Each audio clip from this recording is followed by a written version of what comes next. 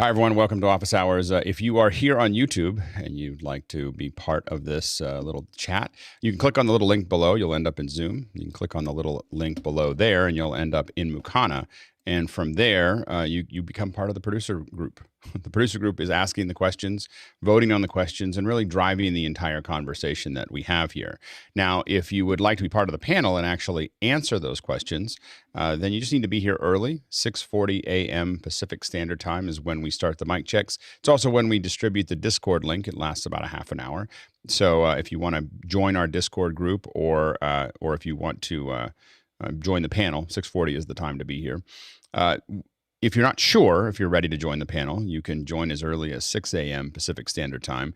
And even though we're just talking and joking, we're really here for you to check out whether your system is working well. And even if you're not even going to join the panel, we have people who check out their system. They come in and they see if the lights and the cameras and the mics are working. They get our feedback and then they say, okay, I'm leaving. And that's totally fine.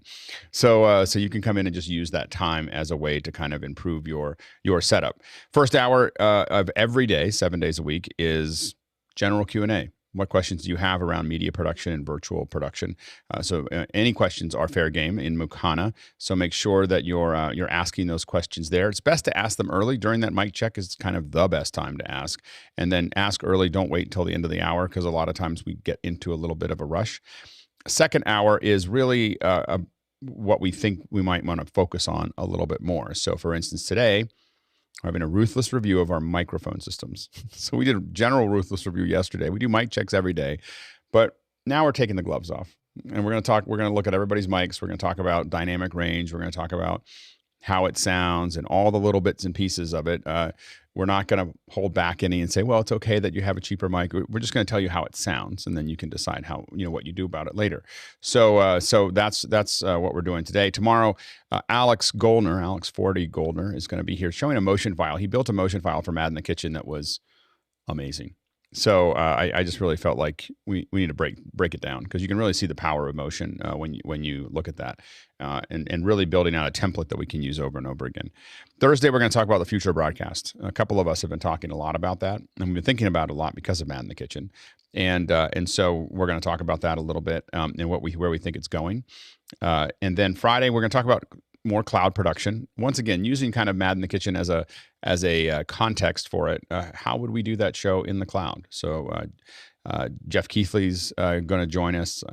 Hopefully, we'll drag in Guy and Tucker and others to be part of the conversation here. And we'll just brainstorm, because I think the Guy is going to probably. I think we've talked a little bit about it. I hope we're going to have him spearhead the cloud production, cloud testing. Let's roll. So anyway, So by the way, well, we've talked about it a little bit. So, but I didn't. Now I've pushed him out right in front of everybody. So no, that group or people who are interested. If you're interested in cloud production, we'll kind of build a group that's going to basically use the show as a way to experiment with cloud production and see how far we can go. The goal is by the next season to have it all in the cloud. So that's what we're going to try to kind of move towards. So we'll figure out what we need to know about the show in the first season. Second season will all be in the cloud if we can prove that we can do 4 of them in a row. So that's kind of the goal. So we'll be brainstorming about that on Friday. Saturday is a long day. We have education, of course, is the second hour. And during that second hour, we have David Milan from Harvard University. He is teaching the infamous CS50. This is Harvard's kind of cutting edge classroom environment. So he's going to be talking about that. We're really excited to have him. And then Nick Justin from Drexel University is going to be talking about Unreal. We're going to talk a lot about MetaHumans. It's a groundbreaking software. If you haven't seen it, we're going to talk about that. And then of course we have Man in the Kitchen at 5. Even if you're not interested in cooking, I would suggest it. Number one, Hosmuk's wife, she is the one teaching us how to cook this Saturday. So it should be a lot of fun. And even if you're not interested in the cooking part, you get a back end of the production. We actually had like an hour and a half talk about the production after the show. So it's definitely worth checking out if you have the time on Saturday night. One note for today is that the Apple event is happening. The post show for today, your email, if you haven't seen it, the bottom of the email that we send out every day, there's a link to the post show. In that post show, we're basically going to let it run all the way through 11 o'clock. So I'll step away for a little while, let you talk amongst yourselves, but I'll come back at about 9:55 and we'll all hang out together and watch the Apple keynote together. This is a second ear experience. We are not streaming the Apple. People are like, "Where's the Apple? Why aren't you putting the video into the Zoom?" It's designed that way so that we can all talk amongst ourselves, and you can turn it up or down if you want to listen to it.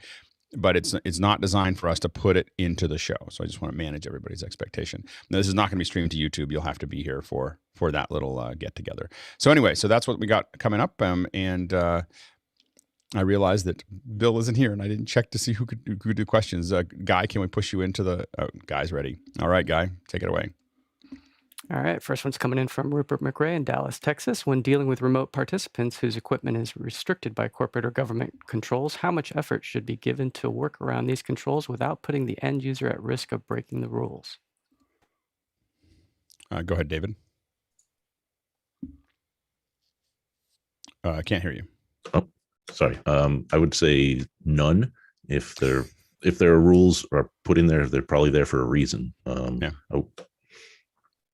This is one of the reasons that we do the best we can to get ahead of the game. So being able to do demos with folks and figure out what's working and not working a week before is a lot better than the day before, because it gives you an opportunity to talk to IT and talk about what's possible and try to figure it out. This is another reason, by the way, that we do point-to-point connections with our computers, because in essence, our computers are agnostic. So we will lean towards Zoom for everything that we can, but if they've got a WebEx or if they've got a Skype or if they've got whatever that their company needs, we can have that single computer be just that WebEx. And it doesn't matter. The computer doesn't, it's a dumb connection from the computer's perspective. And then we're able to just add them to the system. So that's one of the advantages of not trying to build everything inside of Zoom and having individual point-to-points, is that your pipeline kind of stays stable in that respect. Anyone else? Next question.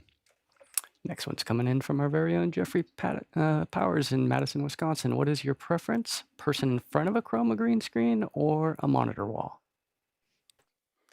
I would say a monitor, but not a monitor wall. So the monitor wall, like seeing seams, is not something I'd be super excited about.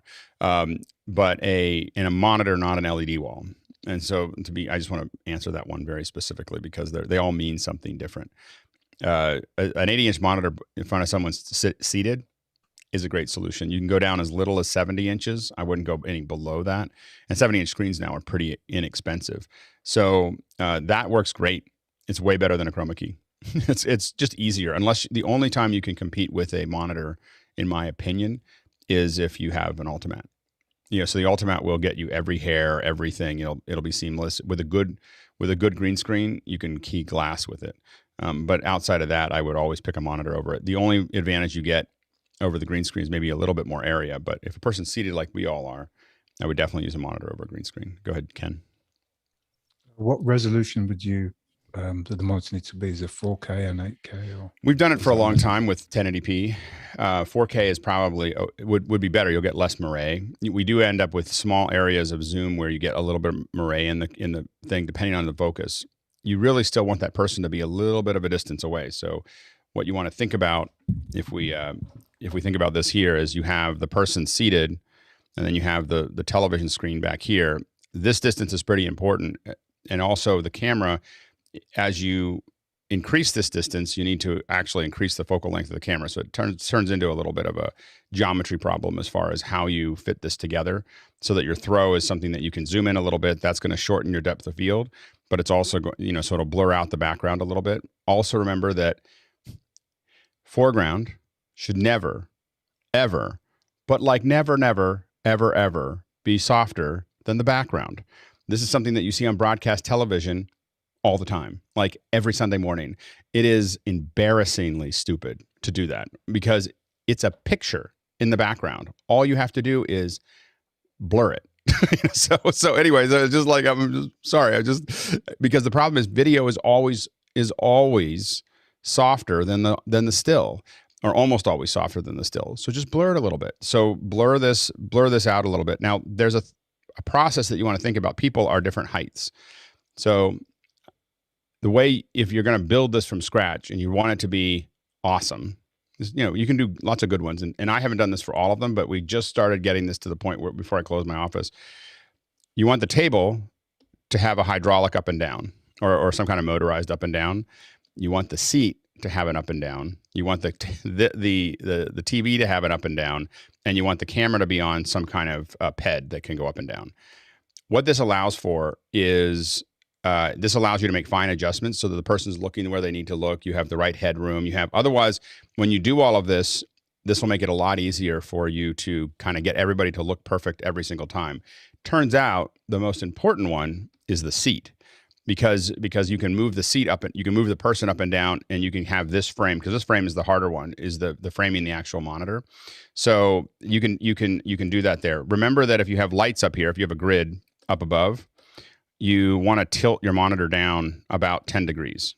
That way you won't get the reflection from the grid. And so just tilt it a little bit. No one will notice, and it'll look great. And so anyway, so you blur the background a little bit.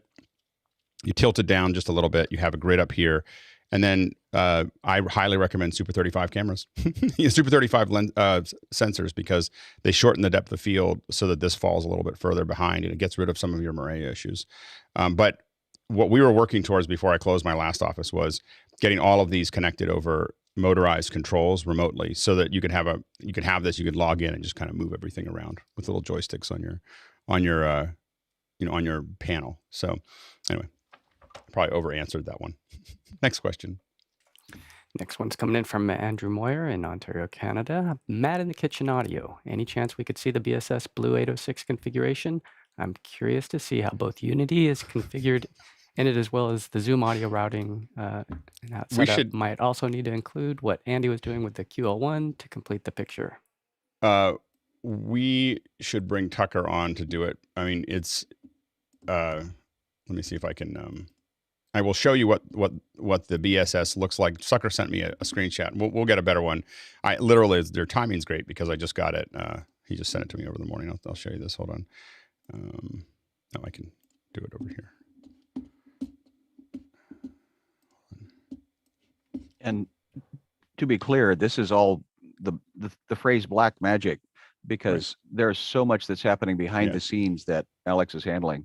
So that's the current configuration as of last night of the comms in the BSS 806. And so we'll set up another, and it's low resolution, so we'll have to kind of show that process later. But it's a pretty magical setup. But anyway, so we'll talk about that one later. But we'll get Tucker on to kind of talk through what all the pieces there in the second hour on the BSS, and maybe we'll get those guys to come in and stuff like that. But it really makes the thing work. So it's so that's kind of the basic overview. What we'll do is we'll use a Tuesday coming up here to talk about the audio chains for Mad in the Kitchen. We're kind of using this, if you haven't noticed, as a place for all of us to learn how to do shows, or all the different aspects of shows.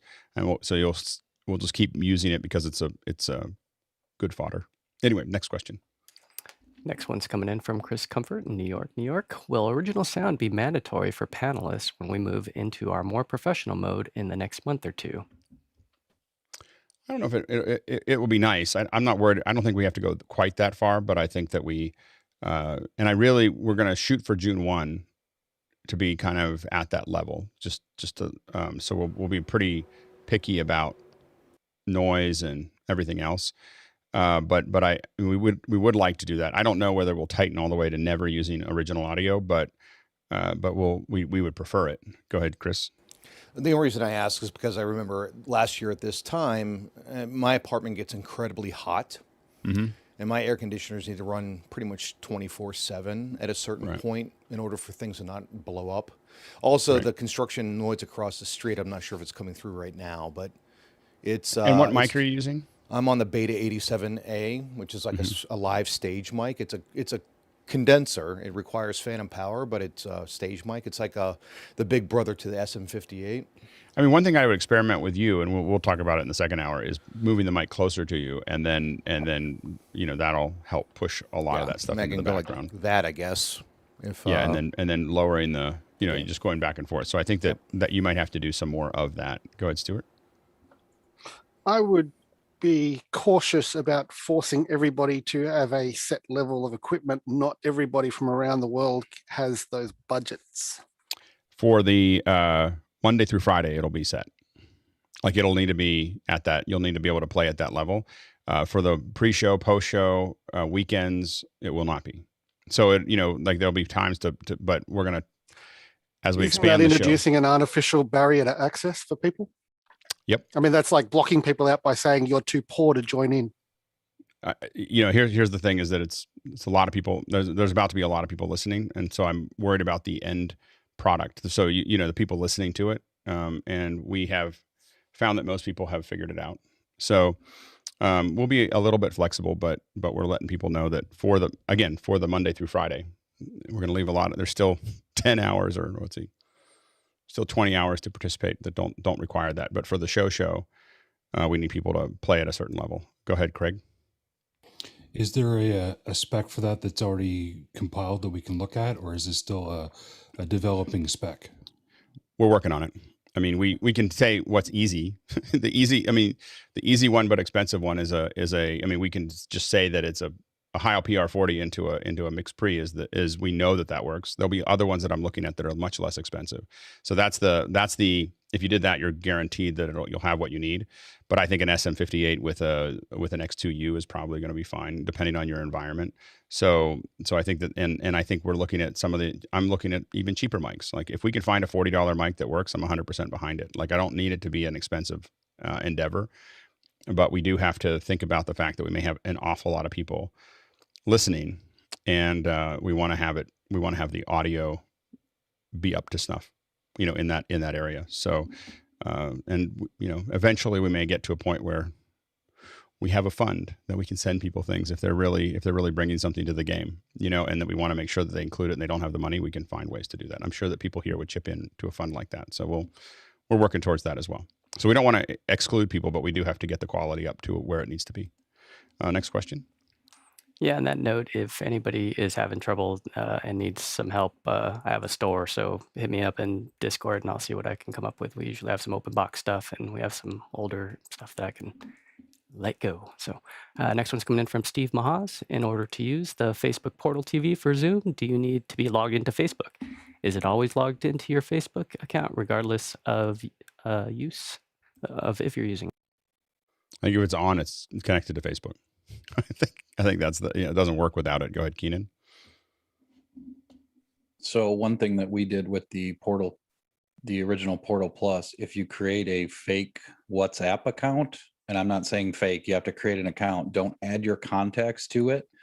That allows you to bypass the login without tying it to your Facebook. So if you just want to use it for Zoom, a WhatsApp account that you never use, has no contacts from your phone, it's been a decent workaround, and it keeps that, it works well. And can you do that you could build a new account for Facebook as well, right? I mean, that theoretically would work. Theoretically you could. The WhatsApp was just easier because it's just a simple messaging app. And, right. We did it on my iPhone, and I just made sure to say, do not add my phone contacts to WhatsApp. Otherwise, all of your people are now into it. And right. I have 2 portals that we deploy, and I don't want them to have access to my WhatsApp right. or it doesn't matter if they get into that, there's nothing there. So, right. And I'm sure that was Guy's workaround, I believe. I won't take credit for it. Go ahead, Paul. Yeah, I pretty much what Keenan said. Keenan, do you have to have a Facebook account to have a WhatsApp account, or can you have an independent WhatsApp account? I believe they're owned by Facebook, but I just downloaded the app, created an account in WhatsApp. It didn't link to my Facebook. It was completely separate. So I think that was an easy workaround just to keep, because I don't need my personal Facebook on my county stuff. That was my big problem. I guess I could have created a new Facebook just for somebody else, but the WhatsApp was just a quick and dirty way. And a couple other counties have done the same thing. Just letting the panelists know we have 29 questions. So we're going to move pretty quick. Next question. Next one's coming in from Lucas Herzog in Mainz. Chris Fenwick recommended a tool for automated batch loudness processing on clips a few months ago. Does anyone remember the tool or have recommendations in that regard?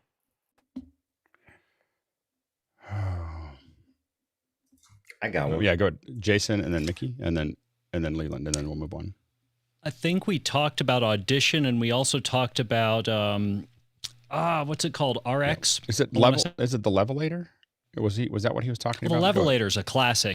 Yeah, Mickey, and then Leland, and then George. You can do a lot of automation within the Reaper, so I'd play around with that. Also take a look at Isotopes RX. They have automation tools there, though I haven't used it yet. And also Nugent Audio has a batch processing tool as well, which is excellent. Go ahead, Leland, and then George. For an online tool, what I've always used is Auphonic. You can go to that. I'll leave the link in the chat. It basically allows you to set a target loudness. You can batch process. You can parallel process. And you can also has support for several different kinds of audio formats. So I'll leave that in. Okay. That's great. George, and then Craig. You took mine, but a friend of mine wrote another tool that the audiobook world is using called Audio Cupcake. Very cheap little tool, very idiot-proof. Drag and drop and go. It may not be flexible enough, though. Auphonic has a lot more tweakability, and Auphonic also has an app. It doesn't have to be in the cloud, too. So that's a good tool. I love that one. Go ahead, Craig. There's a really great app that I've been using for a while now called Twisted Wave. It's Mac, iOS, and there's a web version. On the Mac, lots of batch processing options, plugins, whatever you want. It's also multi-channel, so you can have anywhere from one channel to I've created files in it that are up to 48 channels. Big So fan. if you're Big doing something fan. that's a multi-channel file, And then you can do batch processing with it. Carl, and then we'll move on. So TC Electronic has Finalizer as well. So that's a pretty cool software. It is a free version and a paid version. Free version can do quite a lot. That's great. Next question. Next one's coming in from Aaron Isaacs in Rochester, New York. When using multiple cameras in an ATEM across a large space, I am currently using a Blackmagic SDI to HDMI converters, running a 150-foot SDI cable, and then converting back to HDMI to go into the ATEM. Is there a better way to do this? Go ahead, Mickey. Yeah, 150 feet, which is 30 meters. 50 meters should be fine with most coaxial cables. I'm trying to figure out. I think I must be mistaken. It says SDI, using SDI to HDMI. Oh, okay.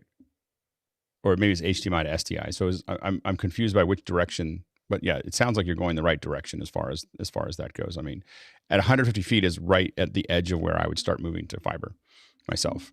Next question. Oh, go ahead, Stuart, real quick. Mr. Cochran, in the post-show last week, you demoed a HDMI Wi-Fi solution. Is that bidirectional, and would that do that job, allowing the ATEM to control the camera?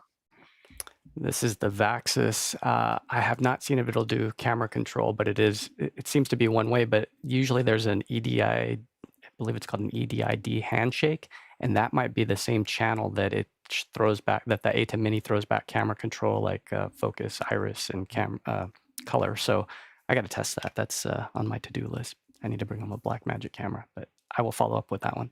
Good question. Next question. Next one's coming in from Tommy Chance in St. Paul, Minnesota, or Minneapolis, or MN. What's that one? Minnesota. Right? Mm-hmm. Yep. What are some budget solutions for getting the gain up on those large diaphragm dynamic mics? Something that won't compromise the sound quality. We all can't justify the sound devices mixed pre yet. Go ahead, Jason, and then Mickey. Easiest solution that I can think of is a cloud lifter. Mm-hmm. Just go ahead, straight away. That'll give you 10 more dB, and it'll just. Mickey. Yeah. Cloud lifter and the Triton Fathead would do the job. Go ahead, George. Yeah, there's a ton of those devices now, and they're getting much more affordable. I think I can't remember the brand, but yeah, check out those boosters, and then consider not using a dynamic mic or getting an active dynamic mic, which are starting to come out on the market. That's great. Next question. Next one's coming in from Paul Valhoos. What is the best mounting system for a kitchen live show? How about using tripods, monopods, or overhead mounts? Go ahead, Ken. I used two C stands and one with the boom arm, which I had by the Brio attached to for the overhead shot, and the other C stand was for my main light, and mounted below that I had the Portal TV. Can you show us the C-stand? No, Not not right now. But this is the best thing to do, is to ask those questions right after the show when we're all set up. Like, so people will be, I mean, that'll be the time to discuss it because everyone will have it. No, but we should do that in the behind the scenes after the show. Anybody who was cooking along, either in Zoom or in the show, should be, what we should do is get them to kind of show their rigs and everything else. That'd be fantastic. I think we should definitely make that part of the post show for that, Saturday night. Go ahead, John, and then Mickey. One camera was a PTZ on a tripod sitting on the counter. The other was mounted on the top of a microwave. Go ahead, Mickey.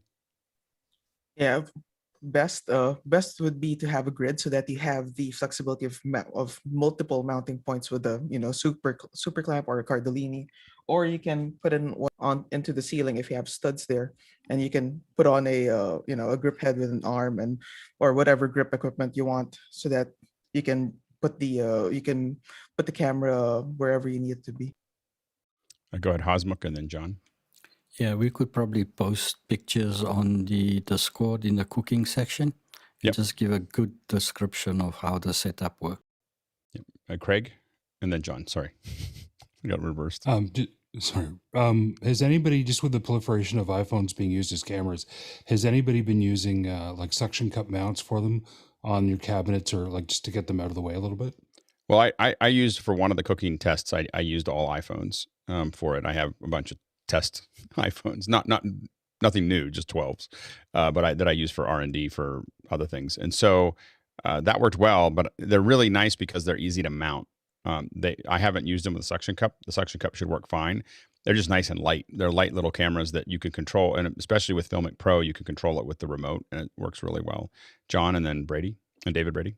Yeah, my range hood is aluminum, so magnets didn't work. I was trying a suction cup, but I didn't have an iPhone that I wanted to sacrifice in case it fell into the grease. The suction cup that you want to use for anything that's flat that you think you can get it on has a pump on it. So you buy them at Film Tools rather than at Amazon. You can buy them on Amazon. We buy them from Film Tools. The camera mount will typically fail. I found when attaching them to to a car, the camera mount will fail before the suction cup will. so you can just keep on pumping it, and it'll really connect. Go ahead, David. Yeah, I found these spring-loaded clampy things that you can hang a Joby phone mount to, and it works right under them. That's great. Yeah, absolutely. Carl?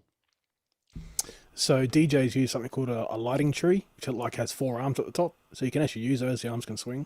They're relatively cheap and they're mobile, so you don't have to permanently attach them into your kitchen. I never thought of that. That's a really good idea.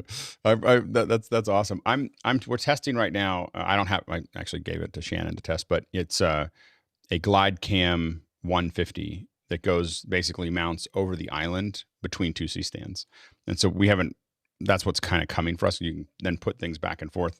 I also I'm testing a jib for it, because the advantage of the jib is you can quickly just grab it and move it to where you want it. And I didn't get an expensive one. It's like $150. So it's just something I can put on top of a tripod that I can kind of move around. Next question. Next one's coming in from Patrick Shones in Little Rock, Arkansas. Are there any pitfalls to having multiple connections to an SRT vMix output on the same port? I have a few remote producers this weekend that need as close to a real-time feed. Testing yesterday, 2 of us were connected to the same port using VLC as the SRT player and didn't have issues. Stupid idea?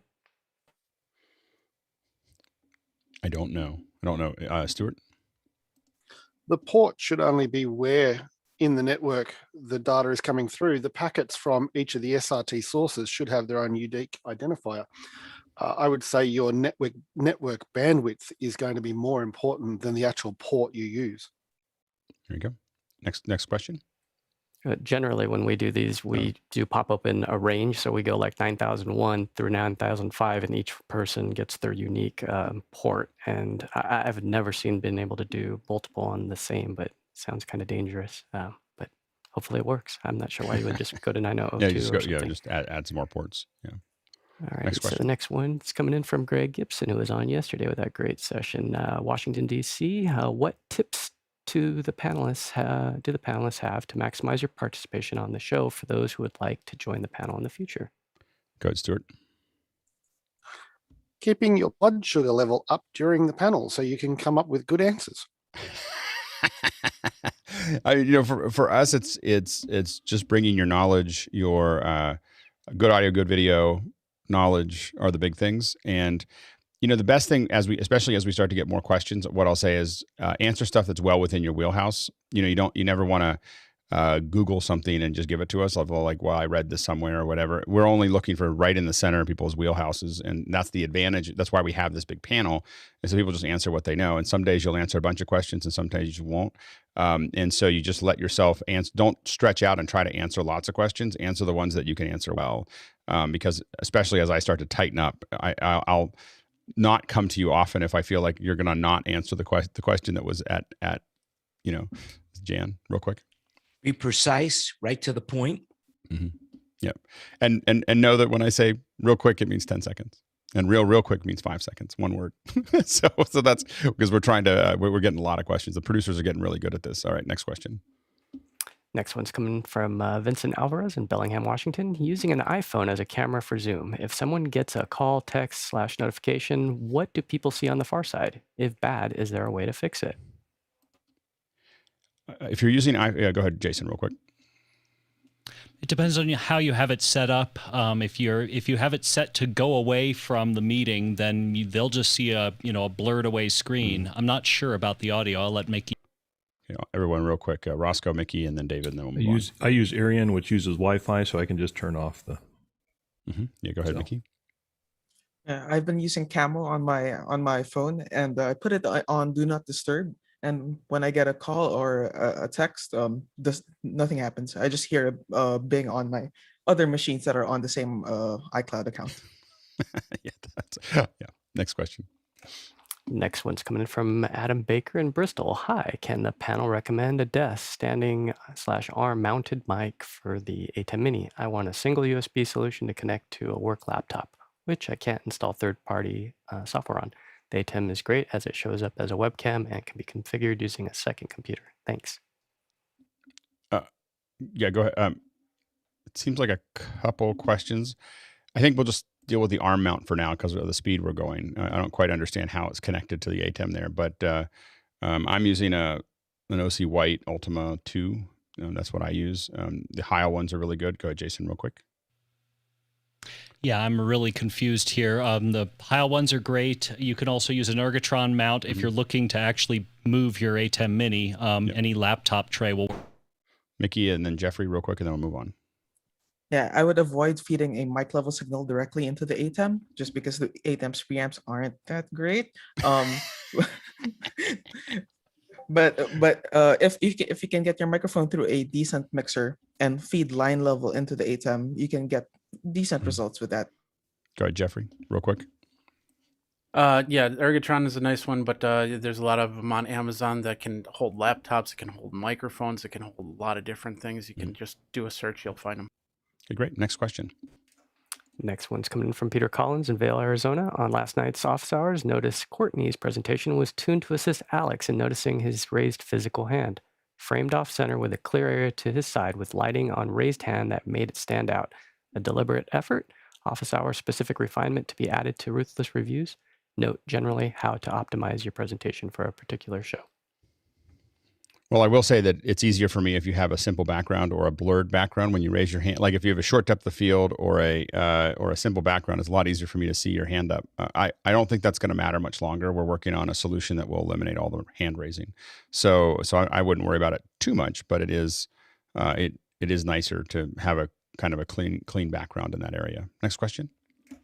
Our friend Stephen Kimbrough, normally on the panel, says, he's in Berkeley, California, says Zoom says it will put between 250,000 and 2.5 million into startups. What features would this group like to see some company create? No one knows yet. What could we do? Yeah, go ahead, Stuart.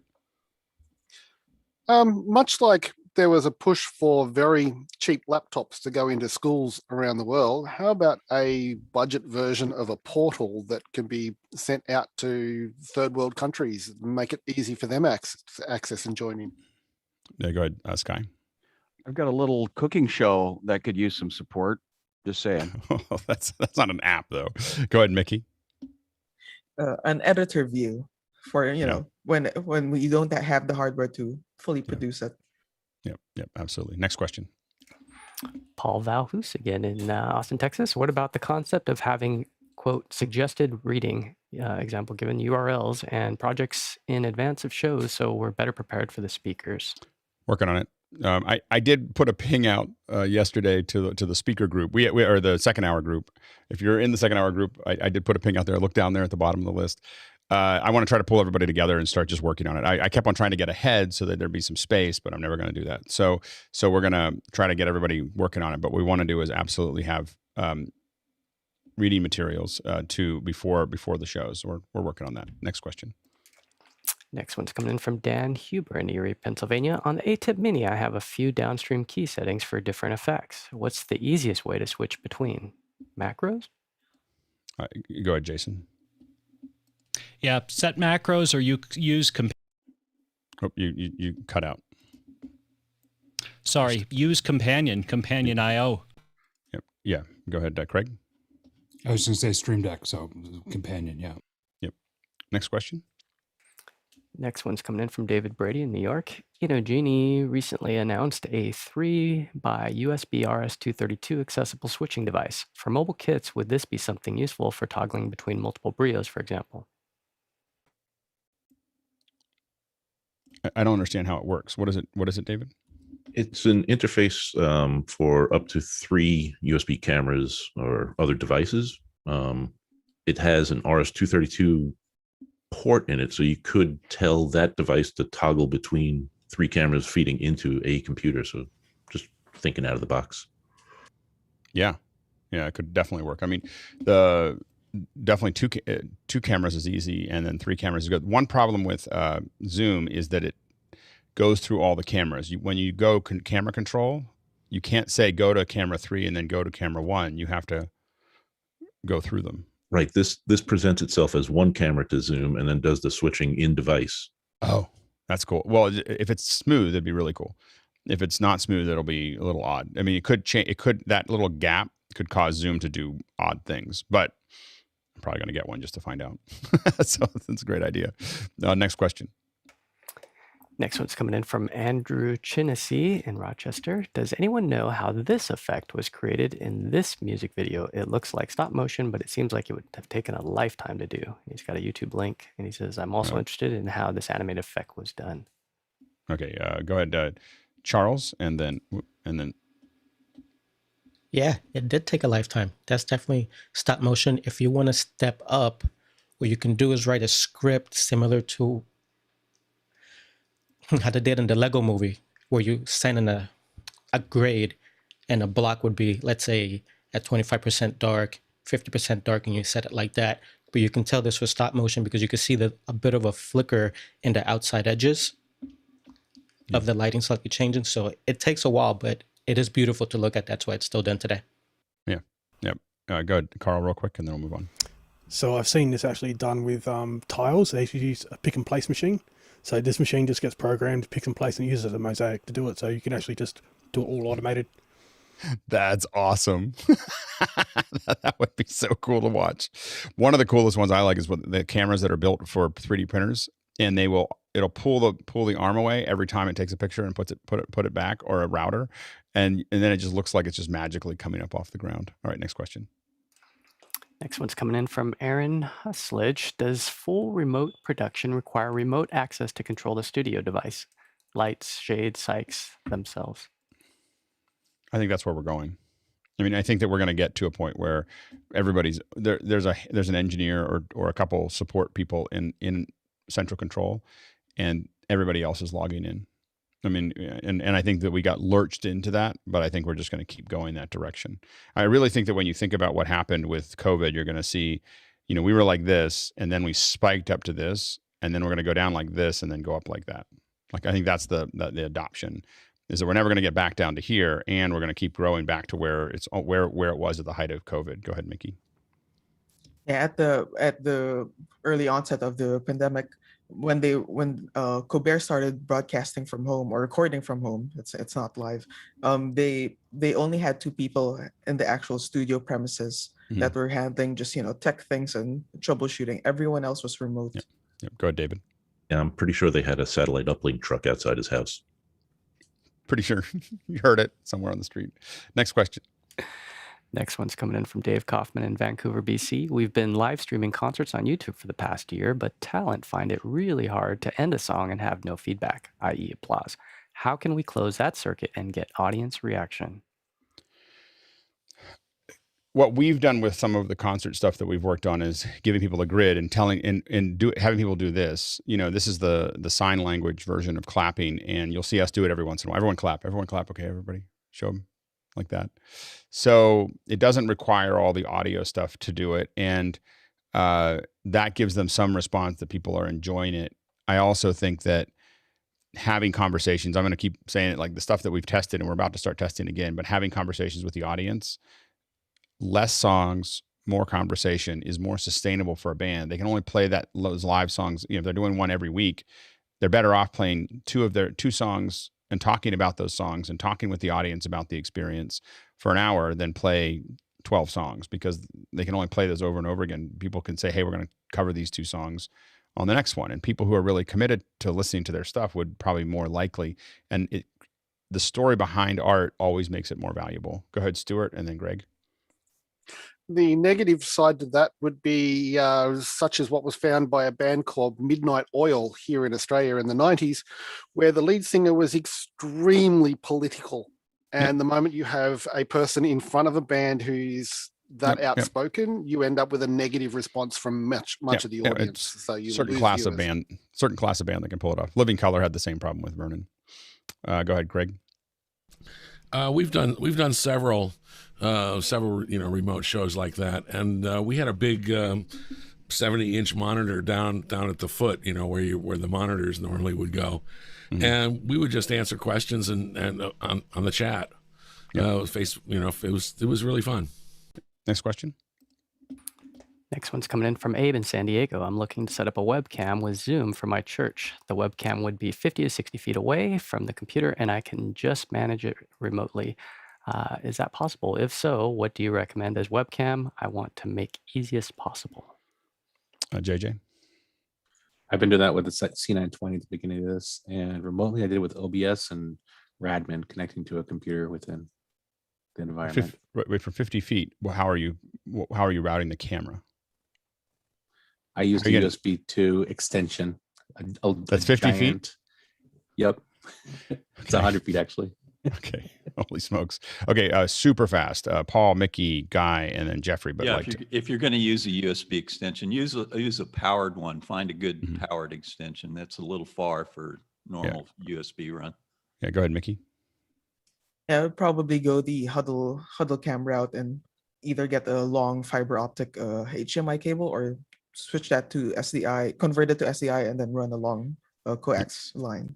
Go ahead, Guy, and then Jeffrey.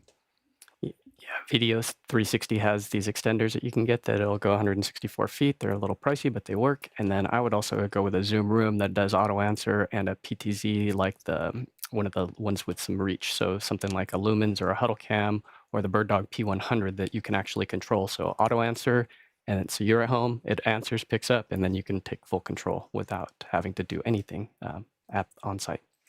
And remember, you can also get little inexpensive PCs that you can put right next to the camera, and then remote into the thing. So you don't have to do that long run. You can have like a little B-Link by Courtney, and then put it in there and make it work. Go ahead, Jeffrey, real quick. Yield. Okay, next question.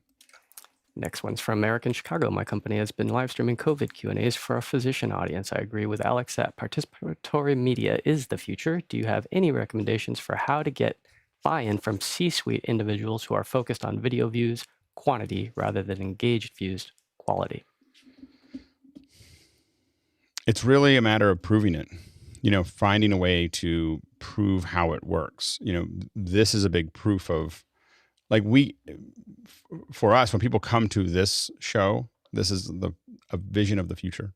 Good video and good audio, good conversation, smart people talking about it, a huge audience that knows how to make it work. And so I would definitely have people think through that process. Also, I'll give you the number is that average view time for all our events for Facebook is 28 seconds. This is over the last decade. Average view time on YouTube is 6.5 minutes. Average view time on office hours is 82 minutes. It's a order of magnitude more engaging than that process. Go ahead, Marty, and then Stuart, real quick.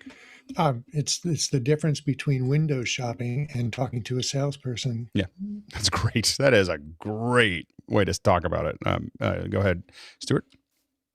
I was going in the same way as Marty. Remind people that quantity is effectively getting a single sale today. Quality is getting a repeat customer who comes back to your store over and over and over, and over the period of years spends a lot more than the individual sale you got today. The other thing we find is that when you start adding interaction, you don't need all the other stuff. You don't need the graphics. You don't need the pre-production. You don't need anything. As soon as you start interacting with the audience, that's what they want. And so that actually reduces the cost of the production dramatically because people just want to interact. Next question. Next one's coming in from Bill Hops in San Jose. I'm looking at HDMI to SDI or HDMI/SDI to NDI converters for use in corporate event environments. Full NDI, i.e. Bird Dog, or NDI-HX, KiloView, Magewell. How important is it to use all the same manufacturer, i.e. latency and quality differences? Go ahead, Stuart, real quick. It's not just a reminder that the hardware you get from NewTek is basically the KiloView hard tech with different firmware. And I think that if Jeff was here, he would say full NDI only. The HX is not a super stable solution. Next question. HX2 is much better. Okay. Next question. Next one's coming in from Perry Miller in Chapel Hill. I have an iPhone and Filmic Pro. What additional hardware is needed for a basic setup? A basic setup for this, I think not much more. Go ahead, Chris.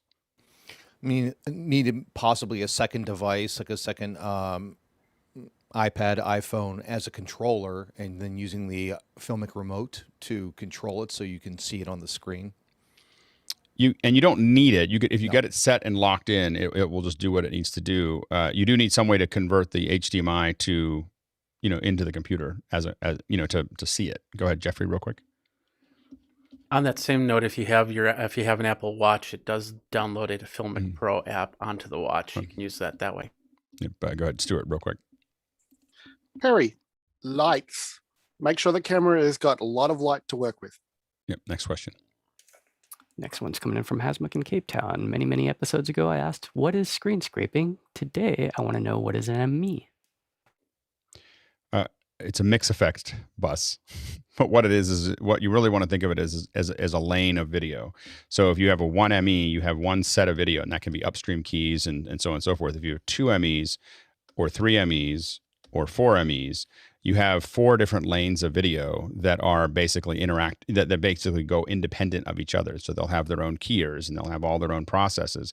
And what makes them powerful is that you can have each ME feed in to each other. So you'll notice as you open up multiple MEs, you have the other MEs are available. And so basically, and the reason that you might do that is if you have a super source like this, instead of tying this to a camera input, you tie it to, let's say, the second ME. So this is your 1 ME is your program typically. And you put your 2 ME in here. So now you switch to that super source, and now I can just reach up to the second ME and change who is in this box. So I have a switcher going into this, and I could have this be the 3rd ME. So I could interactively switch what is in each box. So I have a switcher that's going inside of the graphic of another 1 ME inside of a graphic of another ME, and that's how you start to stack those up to make those work. And that is that's really typically how you build complex shows. Next question. Next one's coming in from Peter New in Stockholm, Sweden. Stress testing. How do you technically stress test a setup prior to production? It could be a Zoom server or a Jamulus server for choir practice or jam session. Tools to simulate load. Telltale signs that more capacity might be needed. Go ahead, George. Just do it. Well, in a lot of ways, we all learn from doing this because this is stress testing things. And like I'll stress test things by inviting you in to do a test. If you can get a lot of people to come test it, that's a great way to do it. And to George's thing, the more you do these, the more you're stress testing pieces of it. it is better to, fail small than fail big. So if you're going to have a really big event, you want to constantly find ways to test it. Now there are scripts for streaming that you can build into AWS. We could probably do a whole second hour on that basically can build up a cloud of users and just push them at a CDN. And so for very large events, we'll employ that technique to really put under stress. But we haven't done it with Zoom, but we have done it with just people watching the video. Like, I need 100,000 people watching the video right now. We can do that kind of thing. Go ahead, Carl. So if you're doing an event that requires a dress rehearsal, stream the dress rehearsal to people that are okay, seeing the dress rehearsal. So that's a good way to do it. Yep. Next question. Next one's coming in from Laura Thompson in Beaumont, Texas. When streaming to Facebook, there is an 8-hour time limit, but if you started a new stream after the 8 hours, would you be able to automatically go for another 8 hours? You'd be able to go for another 8 hours. You would have to, you'd lose your URL. Like, it'd be another event, that you'd go to from one to the other, but it would totally work. And I think it's guaranteed 8 hours. I think that you may or may not be able to stream longer than 8 hours. So sometimes it does cut off and sometimes it doesn't. Go ahead, Stuart. Just a referral to Lab Padre out of Boca Chica in Texas. He streams for days or weeks at a time from multiple cameras. It's basically onto YouTube. Oh, YouTube. That was YouTube Facebook. Sorry, I'm an idiot. I'd misread the question. Fine, Apologies. Yep. Next question. Next one's from Chris Widener. Opinions on the Samsung Q2U. Looks like Jeffrey's got it up. I don't know. Haven't heard it. Has anyone? It looks like it's a. Is it the same as the ATR 2100 Audio Technica? Yeah, pretty much. Yeah. The USB is pretty bad. The XLR out is pretty good. Sounds like a very affordable SM58, essentially, sort of. Yeah, we'd have to test it, but no strong opinion. Next question. I've used the ATR. That's how I'm basing. And the it on ATR. that So they said opinion. the XLR works and the USB not so much. Yeah. All right. Next question.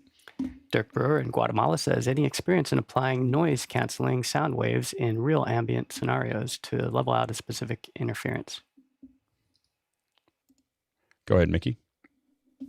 Yeah, a lot of conference rooms in large companies have this active noise canceling, wherein they have a microphone outside conference room reading the noise outside, and they pump the inverse of that into the room so that it appears quieter inside. Though I have no experience with setting that up. And I hate it when we're doing production sound because there is sound coming out of those speakers that are in the conference room. Go ahead, Carl. So in one of my racks, I have something called a feedback destroyer. It's a digital processor, and it actually has this function. It's just one of the buttons on it. It's this function for a live event. As a note to our producers, you will need to vote on questions. We're not going to make it to the bottom. like we're going as fast as we can. We can't do it. And this is what we're now going to get to a point. We are growing to a point now where where the voting becomes more important as we go into the shows, where you'll have to ask questions, but you'll also really have to pay attention to the voting on them because we're about at the level where we're not going to be able to get to every question. So if you want anything for sure, I'd vote on them right now. All right, next question. Richard Lavery in Belfast. What are the panel's recommendations for simple and reliable streaming servers for connecting via SDI to a larger ATEM, something like the Streaming Bridge, but for all streams, not just ATEM minis?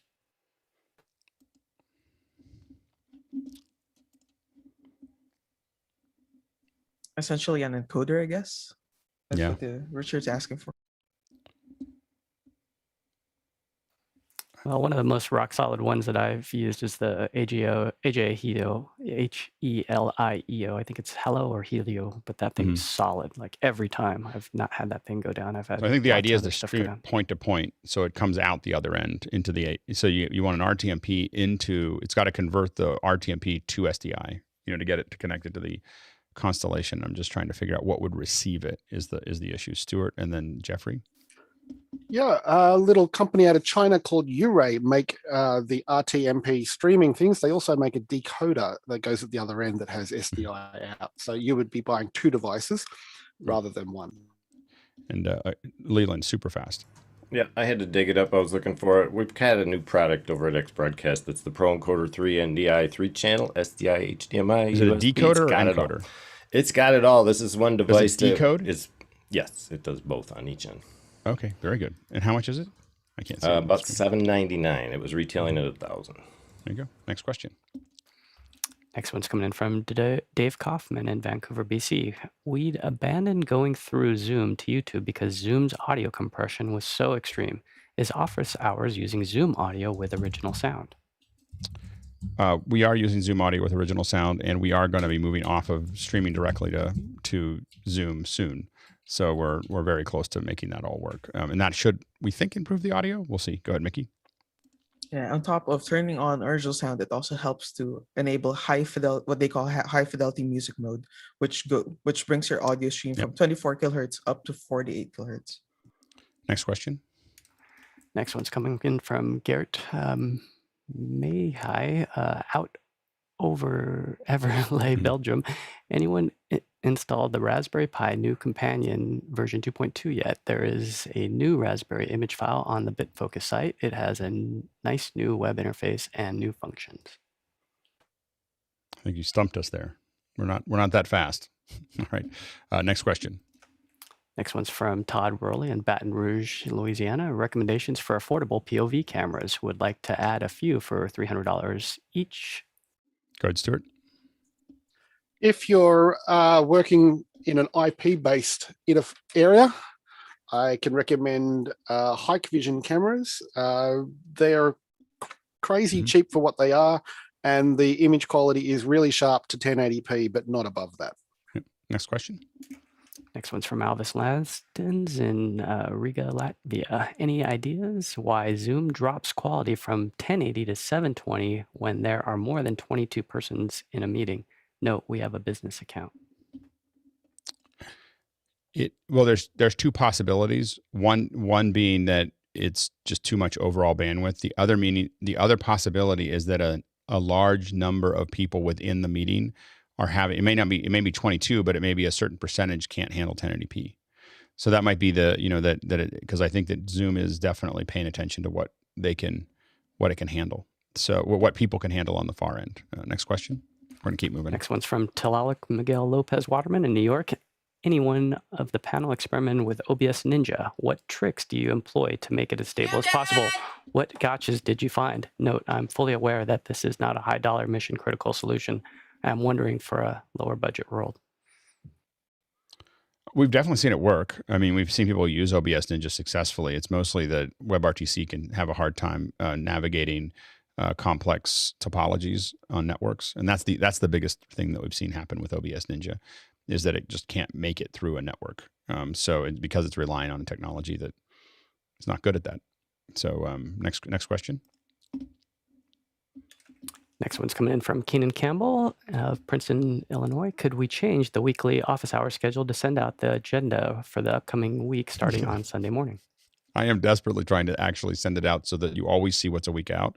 And I'm that's why I got to just engage everyone who said they wanted to help with the weekly things. I was trying to get ahead so they'd have a space where they didn't have to work on it, but I didn't. I can't get ahead because I don't have enough time to get ahead. So I'm just going to get people working on it, and then what we're going to do is start scheduling things out. The problem is every one of those requires some emails and some lining people up and figuring stuff out and everything else. And so I have to delegate better. And so once we do that, the goal is that every morning we'll update 7 days out so that you always see what's coming all the time. Yeah. So, but at minimum, we'll start doing it on Sunday. We used to do it on Sunday, and then we just need to go back. All right. Next question.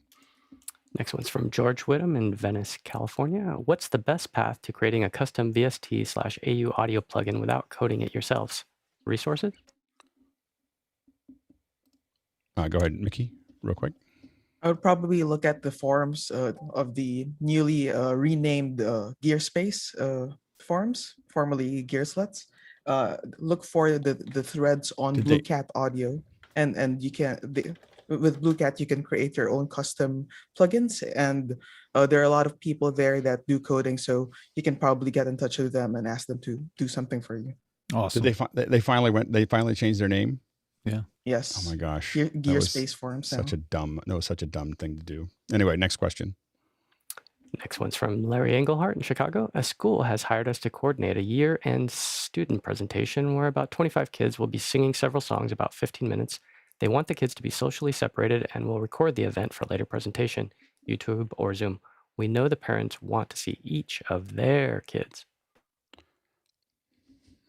I'd really think about doing one of those Zoom, like the kind of, not the Zoom, but I would really think about doing one of those ones where you capture everybody separately and figure something out where you can put it all together. You're going to get a much better experience for the teachers. It's a little bit more work, but it's going to look better and sound better down that path, in my opinion. Go ahead, Mickey, and then Marty. Yeah, send each parent a guide track of the music and have the kids sing along to them, and then cut them together on your NLE and mix them with your DAW. Yep. Next question. Andrew Moyer in Oakville, Ontario, Canada. Jeffrey Powers, Mevo apps. Have you used the mic app? How does it sound? Does it work with the webcam mode too? Real quick. Yes, and it works pretty decent. Next question. Jason Panks, Nashville, Zoom Audio Pops. I work with a music artist that sometimes has a lot of pops in audio with original sound on, stereo / high quality music on, PC audio issue, or network issue. Yeah. Go ahead, Carl, and then Mickey. If they're using a USB interface, they may have their quality set to too high, so not 192, bring it down to 48 or 44.1. Go ahead, Mickey.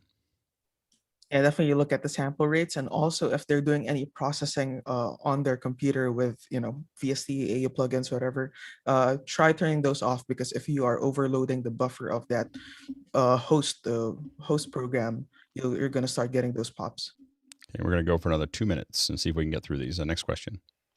Jason Panks, Nashville. Anyone watch the ACM Awards Sunday? Thoughts on the broadcast Academy of Country Music Awards? A lot of people said it was great. I didn't see it, but people said that it was one of the better ones that's come out. So that's all we've heard. Next question. Frederick in Germany. Alternatives to show flow. No valid alternatives that I've seen that are as good as show flow. So, I mean, I think that's there's another one, depending on what you want, is called Rundown Creator. So you could look at Rundown Creator. That's more of a show oriented one. That show flow is more of an event, and Rundown Creator is more of a show. So those are the two that we've used the most often in those areas. And you just have to commit to one or the other. Next question. Eric Mercado in Santa Clara. What is the best way to record separate audio tracks from Zoom? Separate computers. Right now, separate computers is the best way to do that. Next question. Actually, on that one, if he wants to record separate people, you can record locally. The cloud recordings will not separate out people, but you can with the local recording. So if he's trying to separate people, record locally. Next one is Eric in Chicago. Where do we find the link to join the Discord server? It's got to be here by 6:40 a.m. Pacific Standard Time. That's when it gets put into Mukana. So if you're in Mukana, you'll see the Discord link will show up, and that's how you join Discord there. And that's the only time to join Discord, unless you ask for it on Monday night. I will say that we're because of some other conflicts, we'll probably have Monday nights be a special night only. I'm probably not going to do them regularly. Just letting you know. I have a bunch of conflicts in my schedule, and so I think what we're going to do is when we have guests that can't make it in the morning, we're going to bring guests on Monday nights. We just didn't reach critical mass, in having enough people, and all the Australians who said they wanted it didn't show up, stopped showing up. So we were like, okay, well, we're not going to do this anymore. So we're going to probably just move it to, we'll have special Monday nights when there are speakers. But otherwise we're gonna close up the Monday nights for a little while because I have a conflict. So it'll be a thing for me every Monday that I have to do it. Go ahead, John. For the educators, when 6 o'clock is a little too early on Saturday, you've known to let educators get the Discord during the education so there's sneaky times to do it. The educator hour, usually we put it out for the educators. So that's the other time to get it. But the one that you know of every morning, 7 days a week at 6:40 a.m. Or wherever time it is at your location, you can get it. Okay, go ahead. David, go ahead. When's the cutoff on the Monday nights? When are you looking at? Well, you're a special guest, so we'll just have you on when you're ready to do it. That's all. Okay, cool. We're just gonna make Monday nights a special thing, and then Colleen wants to come back, and Andy Beach wants to come back, and so I'm not saying there won't be any Monday nights. It's just it may end up being every Monday night because we have special guests every Monday night. But I want to kind of get out of the pattern nature of it in that process. So anyway, I will admit, the evenings hit my limit. I do this a lot, but it's the first time that I kind of grimace, at it, then, it's not at the beginning of the day, it is never an issue. Like I get up at whatever, 4:00 in the morning, and I get ready and I do my thing and I hang out with everybody and do this for 4 hours or whatever. But Wednesday night for Clubhouse and Monday night was like, it had reached a limit where I was like, I don't want to do this.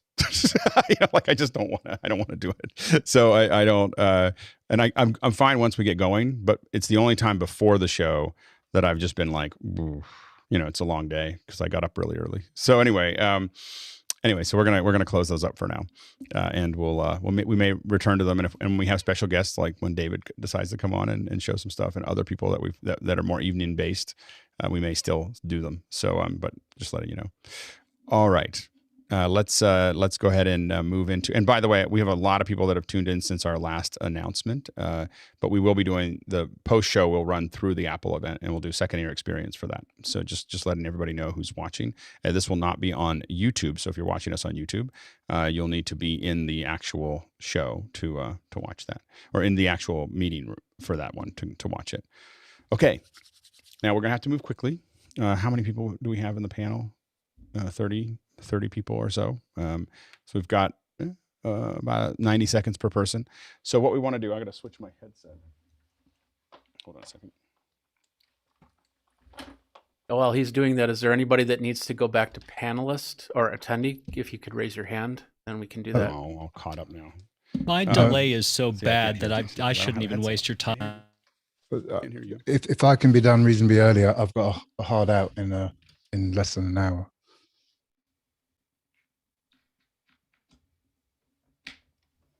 Jason, you want to be switched back to attendee? Yeah. Anyone who doesn't want their mics listen to, you can if you don't want the Ruthless review, you can drop out now. So that's totally okay. No shame. You're not ready yet. That's fine. All right. So what we're going to do is we want to keep it relatively quick. But what we want to do, the best way for us to get better is to critique each other. So we want to, look for ways. I don't want to worry too much about whether we're at 24 LUFS or anything else like that. We do that every day. So the question is really about the quality of the audio and whether we hear anything in the background, whether we, how does it sound? What could we do a little bit better? And we're going to do these pretty regularly as we really try to turn this into a show. So anyway, so we'll go ahead and we'll get started. So Jeffrey, go ahead and just say whatever you'd like for a little bit, and we'll start giving you feedback. And everyone, when you hear it and you have an opinion, raise your hand quickly so that we can keep moving. All right, go ahead, Jeffrey. Okay, so that's what I have on the bottom there. This is the Movo MV5. They came out with an MV5, now they have an MV7, but this goes into my QSC Touch Mix 16. That comes into the computer via iRig, multimedia iRig Duo, which does XLR in, and then that comes into the computer. Just a very little bit of touch of processing in Wirecast, which then comes to Zoom. Thoughts? Yeah, go ahead, Mickey.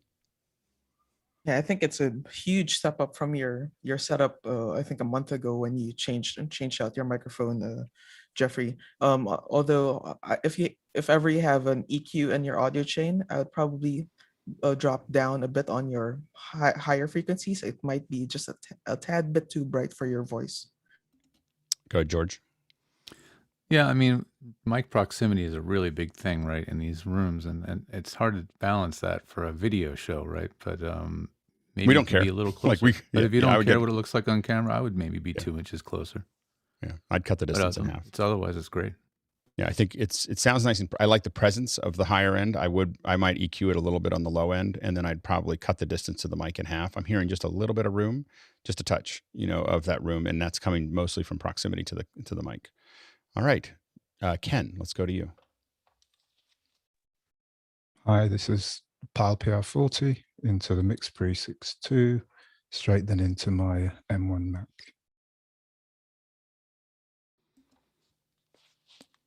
Overall, it sounds great. Yeah. Go ahead, George. It has that intimate midnight voice sound, which is really soothing. Do you have the noise assist on? No. Okay. Can you talk a little bit more? Yes. Peter Piper picked a pack of pickled peppers, and I've got a hard out at 5 o'clock. The problem with that kind of a mic is you have to put your head in a vise. Oh, you know, sorry. when Yes, no, yes. it's the problem with these a dynamic mic that's really got a tight pickup, and you have to be close. You just can't be relaxed on placement. You have to be like super consistent. That's the only problem with using a kind of mic. But yeah, it sounds great. pleasing. Yeah. Go ahead, Mickey. Do you have a high pass enabled on your audio chain? Nothing. No, it's just gone straight into the. I would maybe suggest putting in even just an 80 hertz cut or 100 hertz cut just to get rid of some of the sub bass rumble, which I don't think we need that much for speech. Okay, I'll need to find out how to do that. Go ahead. Yep. JJ. And if you have questions about that later, you can ask them in Mokana.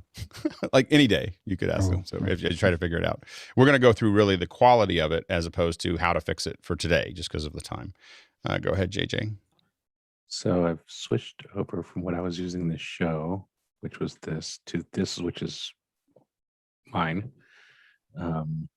And it's the Blue Yeti mic, which we've played with a number of times. I've removed the pop filter from the front to see if that might allow a little more. I also see that I'm a neg 31 though. So I lowered my zoom volume, and the additional ambient noises you might hear in this space is my Greenwing macaw, whom I can't shut up. Are you doing any kind of gating? No. With the audio? It sounds like Not it's that I know cutting. of. It just sounds like it's cutting out a little bit. Go ahead, Mickey. Yeah, it sounds like maybe noise suppression possibly within Zoom might be working extra hard to try to get rid of stuff. So it almost sounds like it's gating. And I think that when your volume's a little lower, you'll hit that where it starts to grab onto it. So getting your volume under 24 LUFS can be problematic. Go ahead, Leland. And some powered mics, keep in mind, if your voice is too low and you're almost whisper, then the mic is not going to pick up that sound wave. So you need to make sure you at least project yourself enough to get that sound to the barrel. Yep. Go ahead, Paul.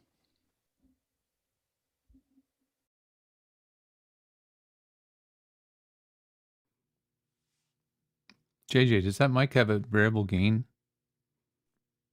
Does, and I've just turned it up, and I modified because I didn't test it during the show. I was using this microphone over here. So where to go? There we go. So I turned it up a little bit, turned up the gain, noticing that I was sitting at around a neg 30. I can turn it up just a little more. And is your original audio on? No, I do not have original sound on. I would turn it on, like just so we can hear it. It's going to get very noisy here then. So you're going to hear my back door is open. Like you'll hear the road. Occasionally hear my dog moving. But now you don't have the expander gate. Yeah, all that expander gate is gone. All over you. Yeah, it's better. It's better. Yep, I agree. Okay. So there's a little bit of sound there. I mean, I think that we're still experimenting with. We only want to turn on original sound or turn it off when there's significant issues in the background and fans and so on and so forth. So I can't hear the car go by there. So that's the challenge with it. Yeah. Okay. Now go ahead, Mickey. Yeah, I think though, like when you turned on original sound, because of your proximity to your mic, it feels like it's okay. It's not like it's gonna be distracting. All right, there's except for the crow. Yeah, so I can see why you have that on. So that's the challenge is maybe the environment, but it's the crow's kind of endearing. Paul, were you able to get your mic working? Oh, I've got my mic working. I'm good to go here. Go ahead, talk a little bit more. All right, I'm talking. I'm deer caught in the headlights here. Can't think of what to say, but I'm giving you some audio. Signal chain super useful for everybody. That way it helps us, especially in this case. Go ahead. All right. How's this sound? What are you using? How do you get the into Zoom? MV7 Shure mic? Let That's me a get good the mic. gallery view so I can see the meter. And the meter looks like it's right in the range, about 23. I'm looking at the, not sure what I'm looking at. I see dancing around. So is your original, and for everybody, please turn your original audio on so that we just, in high fidelity on in Zoom, just to make sure that we're hearing what you have. Go ahead, Paul. You can talk a little bit longer. I guess I'm not through the latest Zoom update because it says turn on original sound. So I have original sound turned off right now. Original That sounds sound right. is off. I hear the fidelity. I hear the room around you. Yeah. That I've been pretty impressed with what I've heard of that mic. Do you know if you're using any of its interesting onboard settings? Because it's got multiple modes. Just using the straight through Shure app to modify the settings. It does have a few settings that for let me open it up here. It's kind of like an SM7B, but turned into a USB mic with the additional onboard DSP. It's a unique product. I would recommend it to a lot of folks who don't know how to get a good sound into their computer. Yeah. Chris Fenwick recommended it to me. He said this is a perfect mic for me after going through umpteen mics and getting incessant kidding about all my mics. Paul's got a lot of mics. He was wearing two when we saw when just a minute ago. So the we still hear a little bit of your room. That's not going to be the mic or the processing. That's just the shape of the room. So finding ways to possibly dampen some of that around you would be useful. Just you have a lot of flat walls. That's what it sounds like. We can see one, but it sounds like you've got a few. I'm going to get I'm looking at some partitions right now so I can divide up my living room from my area where I work. Mm-hmm. And I'm looking at some 6 foot tall or better. I haven't figured that out yet. So I'm open to suggestions on what partitions to get. I'd like them to be ones that I can put up and take down. If you want something attractive, check out Versare, VERSARE.com. Versare. Not cheap, but very, very nice looking products. All right, I'll look into that. I've got a tall ceiling. It's about a 9 foot ceiling here. That's Do you good. have any rugs on the floor? Yeah. Pardon? Do you have any rugs on the floor? Anything No, like that? very empty room, very large room, and that's why you probably get some roominess. You need more junk in there, man. Look at my room. That's we what you cleared need. out all our junk. No, you need more. We took it to the other house, and Chris Fenwick can attest to that. Let's go to John Idelson. Right now I'm on the pile PR40, but I have actually another pile that I'd like to test. This is going through a preamp cord on the PR40 into the A10 Mini Pro, and I can switch to the other one, pile mic, and it's going through an FET preamp. Yeah, not good. Not good at all. Like Number not one. usable. Number one. Really good. Really strong. That's like the very first one they do in the little eyes left, right? And you're like, right. Well, that's definitely right. Okay. Yeah. Tried to come up with a cheaper idea and less obtrusive. That was not even close. It's clicky. It's staticky. It's not just that it's a bad thing. Now we're hearing a little bit of fan noise. You got fans running? I have a fan here. Yeah. So I have the original sound on. Mm-hmm. Usually I have, because I have a MacBook Pro 16 and the fan's constantly running up here. Right. Okay. Well, I thought a Heil to a Heil would be a good test, but no such luck. Yeah, no, it was that. Those are two Heils? Yeah, this one is, so it pulled out here. I wonder if it's a bad connection. Yeah, maybe it's a bad connection because it sounded horrible. I don't even know how Bob would even ship that out. Oh, well, then it's probably something with the preamp. Let me switch it to the better line. 1 second. Yeah, it could be defective. Or something's defective because that was not a usable signal. Yeah. Okay, now is this any better? Yeah. So it must be the preamp that I had on that. So There's this a lot of mic this- handling, so it's Other hard to than tell. handling until you- noises. Yeah, yeah. Well, but I had my hands on it. That's what's Okay, there called. you Okay, so now we're using the only thing I changed was the microphone. So this is the exact same. Still not as cable, good. Still not as good. Yeah, it's closer, but 8 still. out of 10. Yeah, Yeah. the frequency response is tailored for, cutting off the low end of your voice. Yeah. It's So not it's as got- crisp either. Yeah. So it's- back to the 40. It's obtuse, rounded at the free ends. All right, go ahead. Thank Carl. you. Yep. Okay, so I'm coming in via a 906, going into a flow. I've got the flow set flat, so there's no EQ, no compression. That's going directly into my Mac via USB at 48 kilohertz. Go ahead, George. What mic is that? This is a 906. So generally it's used on guitars and loud singing. Oh, but it's Sennheiser.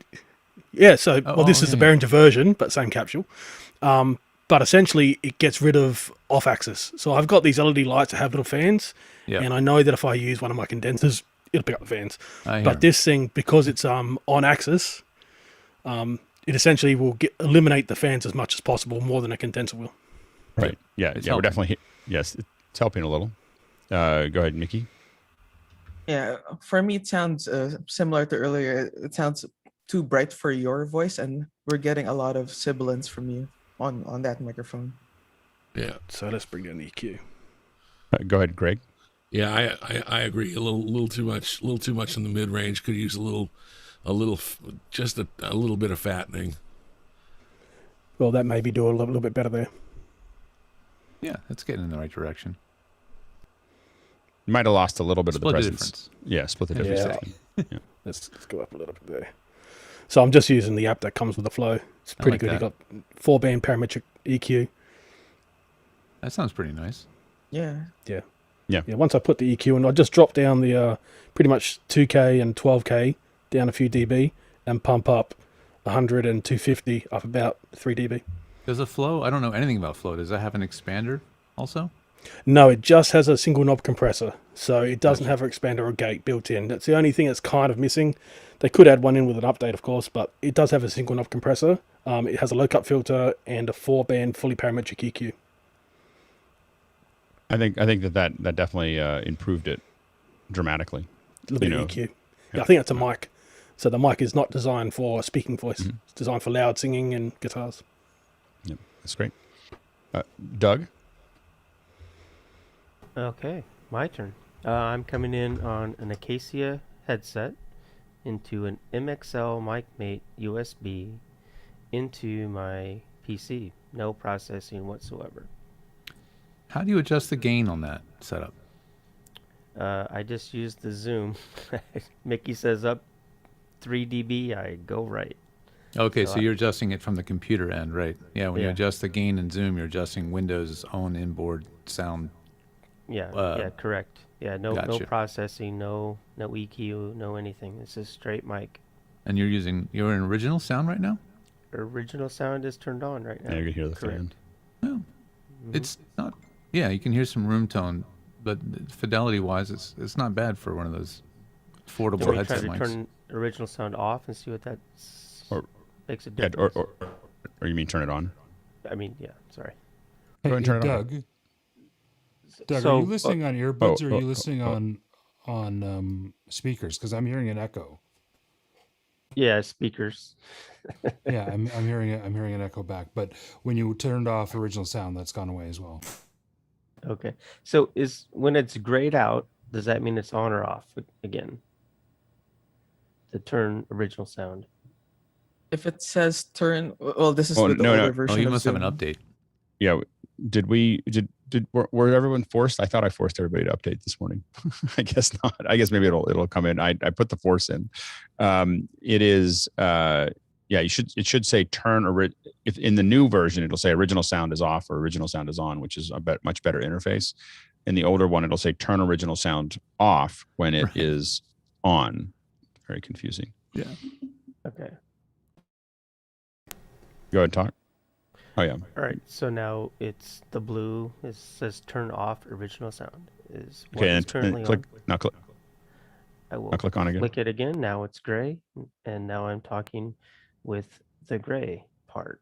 Yep. So when it's gray, it's on. It's still a weird convention. Yeah. Interesting. Yeah. So it is better. You sound better. It's not great. It's not horrible. I mean, it's usable with the original sound off. It gets rid of all the room noise. And definitely it's important for us as we move forward for no one to use open speakers during the 2 hours of the show. So definitely Absolutely. look for. Yeah, I can Yep. I can make an adjustment. Yeah, so that'll be as we kind of move towards it. Before the show and after the show, totally fine. But during the show, we want to make sure that to maximize the quality, because it does a bunch of things that we don't want it to do in the back end. Understandable. Okay, great. Go ahead, Marty. To me, you sound like you're talking from behind a curtain. Your voice intelligibility is low, so there's no crispness to the voice. Yep.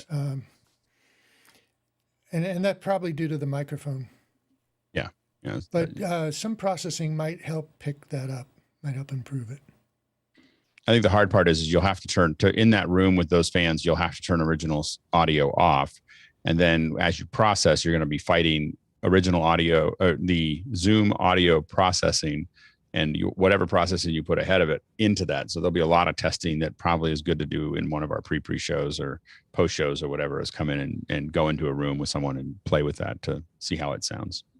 But it'll be a wrestling match to make that work. All right, let's go to Roscoe.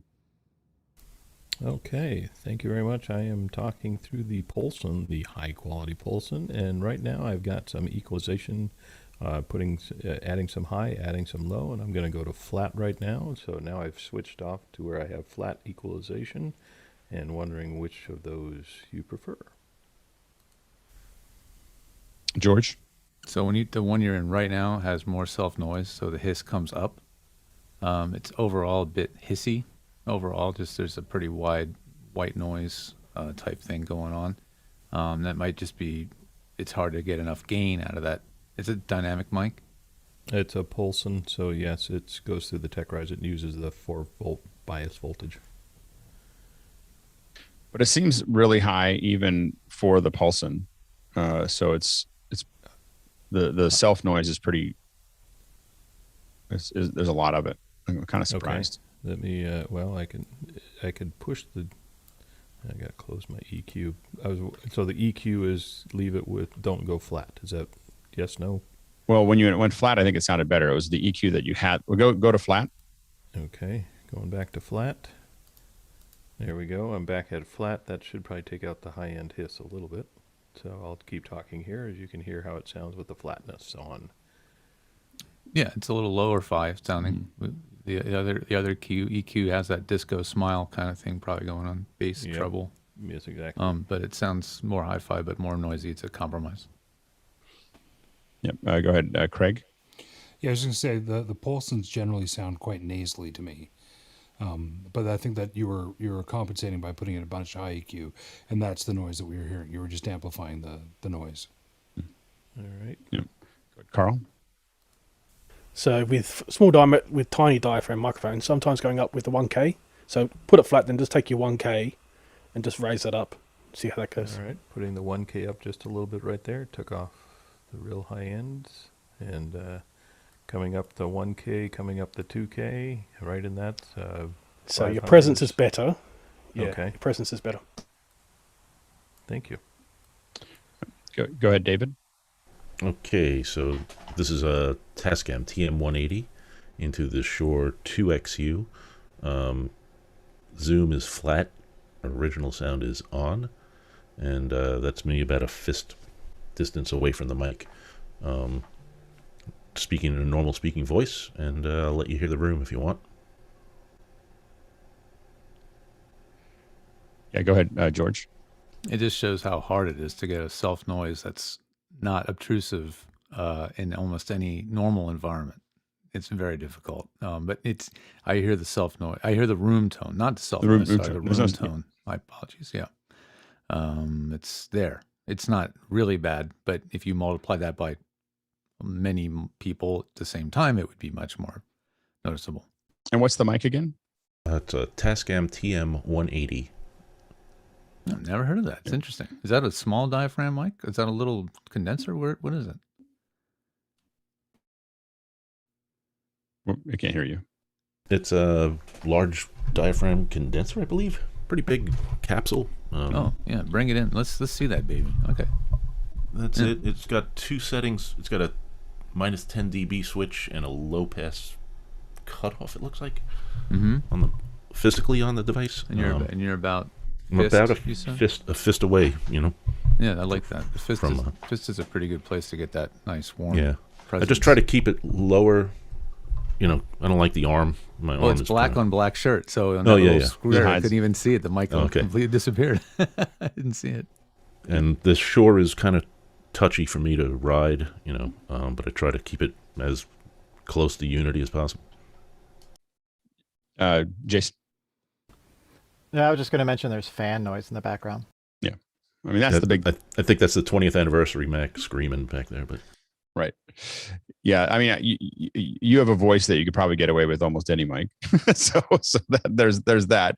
The main thing is just it's the room noise is the only thing. If you're able to figure out a way to not have quite as much room noise, and not reflection as much as the fans, your voice obviously stands out. So the mic I think is fine for your voice. I think it's just the environmental noise that you have there, Leland.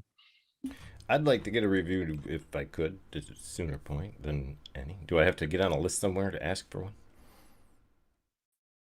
I'm just snaking across, so I'm just going, going from one to the next. Yeah, yeah. Go ahead. Go ahead, Hosmuk. Yeah, I'm using the 416 shotgun because my Heil broker hasn't delivered yet, so I'm gonna kind of hang around for that. And I'm going into a MixPre 6.2, and I've got noise assist on at 6 dB.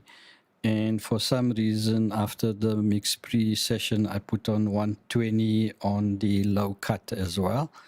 And I'm about 2 inches away, my mouth from the mic, and I got original sound on. And I got an aircon, and I got an aircon on as well. Right, go ahead, George. It's a little plosive-y. We're getting a little bit of air movement. So maybe just shift it instead of straight up the middle. Maybe shift it a little off to the little off axis. Is that a bit better? That sounds better. Okay, thanks a lot. And we're getting a little less sibilance too. Like we were getting it was pretty apparent at first. A little less there. So much better now. Okay. Thanks, guys. It's a mic I know super well. It's so popular in voiceover, and it's very sensitive to how you address it. And even I'm on a road, and you can hear that too, how it brightens up. So, little just mic placement trick is a big deal. I think the 120 is a little aggressive. I think you could get a little more of your richness in your voice back. Maybe go to 100. I think Mickey agrees, but or even 80. Yeah, even possibly 80. The 416 doesn't have a huge low end boost on it. It rolls off because it's a shotgun, so it doesn't need too much rolling off artificially. Yeah, I stepped it down to 80 now, so I'm not sure if that makes a difference. Yeah. Oh yeah, much better, much better. Okay. Yeah, thank you. Go ahead, Jim. Yeah, so I'm coming in with a PR40 with a cloud lifter in between to an XR18, and that's interfaced into an M1. And you have some expanding on? Yep, there is well, it's actually a noise gate enabled and compressor, and just on the EQ, just a low cut. I would put the expander's release a little bit faster, so it closes up slightly quicker. This is being super picky, but that's why we're here. But yeah, that mic's sounding really good with that cloud lifter into the Behringer. And the Behringer has I love those Behringer things, man. Unbelievable process, power and quality for the price. Just amazing. I've set up a lot of them. Has a lot of gain of its own too. Did you try without it, the lifter as well? Was it too noisy? I did, yeah. Yeah, just a little too noisy. Mm-hmm. And I have an X32 rack that I'm planning on trying as well. Just waiting for a little bit of a cabling job to get that done. Yeah. It's a just a touch thin, I'd probably cut the distance of the mic to your mouth in half. Okay. That'd probably be, just as an experiment. That mic really wants to be 3 inches. Right. Yeah. How about now? A little bit closer? It gets nicer as you get closer. Yeah. Okay. Yeah. Sure. Yep. And we're not afraid of mics here. Yeah. So, so we're really, I know that Mickey's been figuring this out for quite some time and I've been slow, but we're really getting close to releasing this as a podcast. That's part of why we're doing this. And we want to make sure that the audio experience is really high, like really comfortable to listen to. So yeah, that's why we're just saying, just pull the mic in, and let it do its thing. Very good. Keenan? Okay, so I'm running the Rode NT1. I added an arm. I couldn't get the Heil arm because it was out of stock again, thanks office hours. But I did bring it closer, so it's about a little more than a fist going into the Mix Pre 3 and then into my MacBook Pro. So I have an 80 hertz cut from the last setup. I think that helps with the table taps and things like that. And I'm happy with it, I hope. So fire away. Go ahead, Mickey. Sounds a little bit more distant than what I would expect even at that distance. So is your because the PR40 is an end address microphone, are you speaking to the top of the mic or? Well, he's on an NT1, or is that right? Yeah, I'm on an NT1. Oh, sorry, NT1.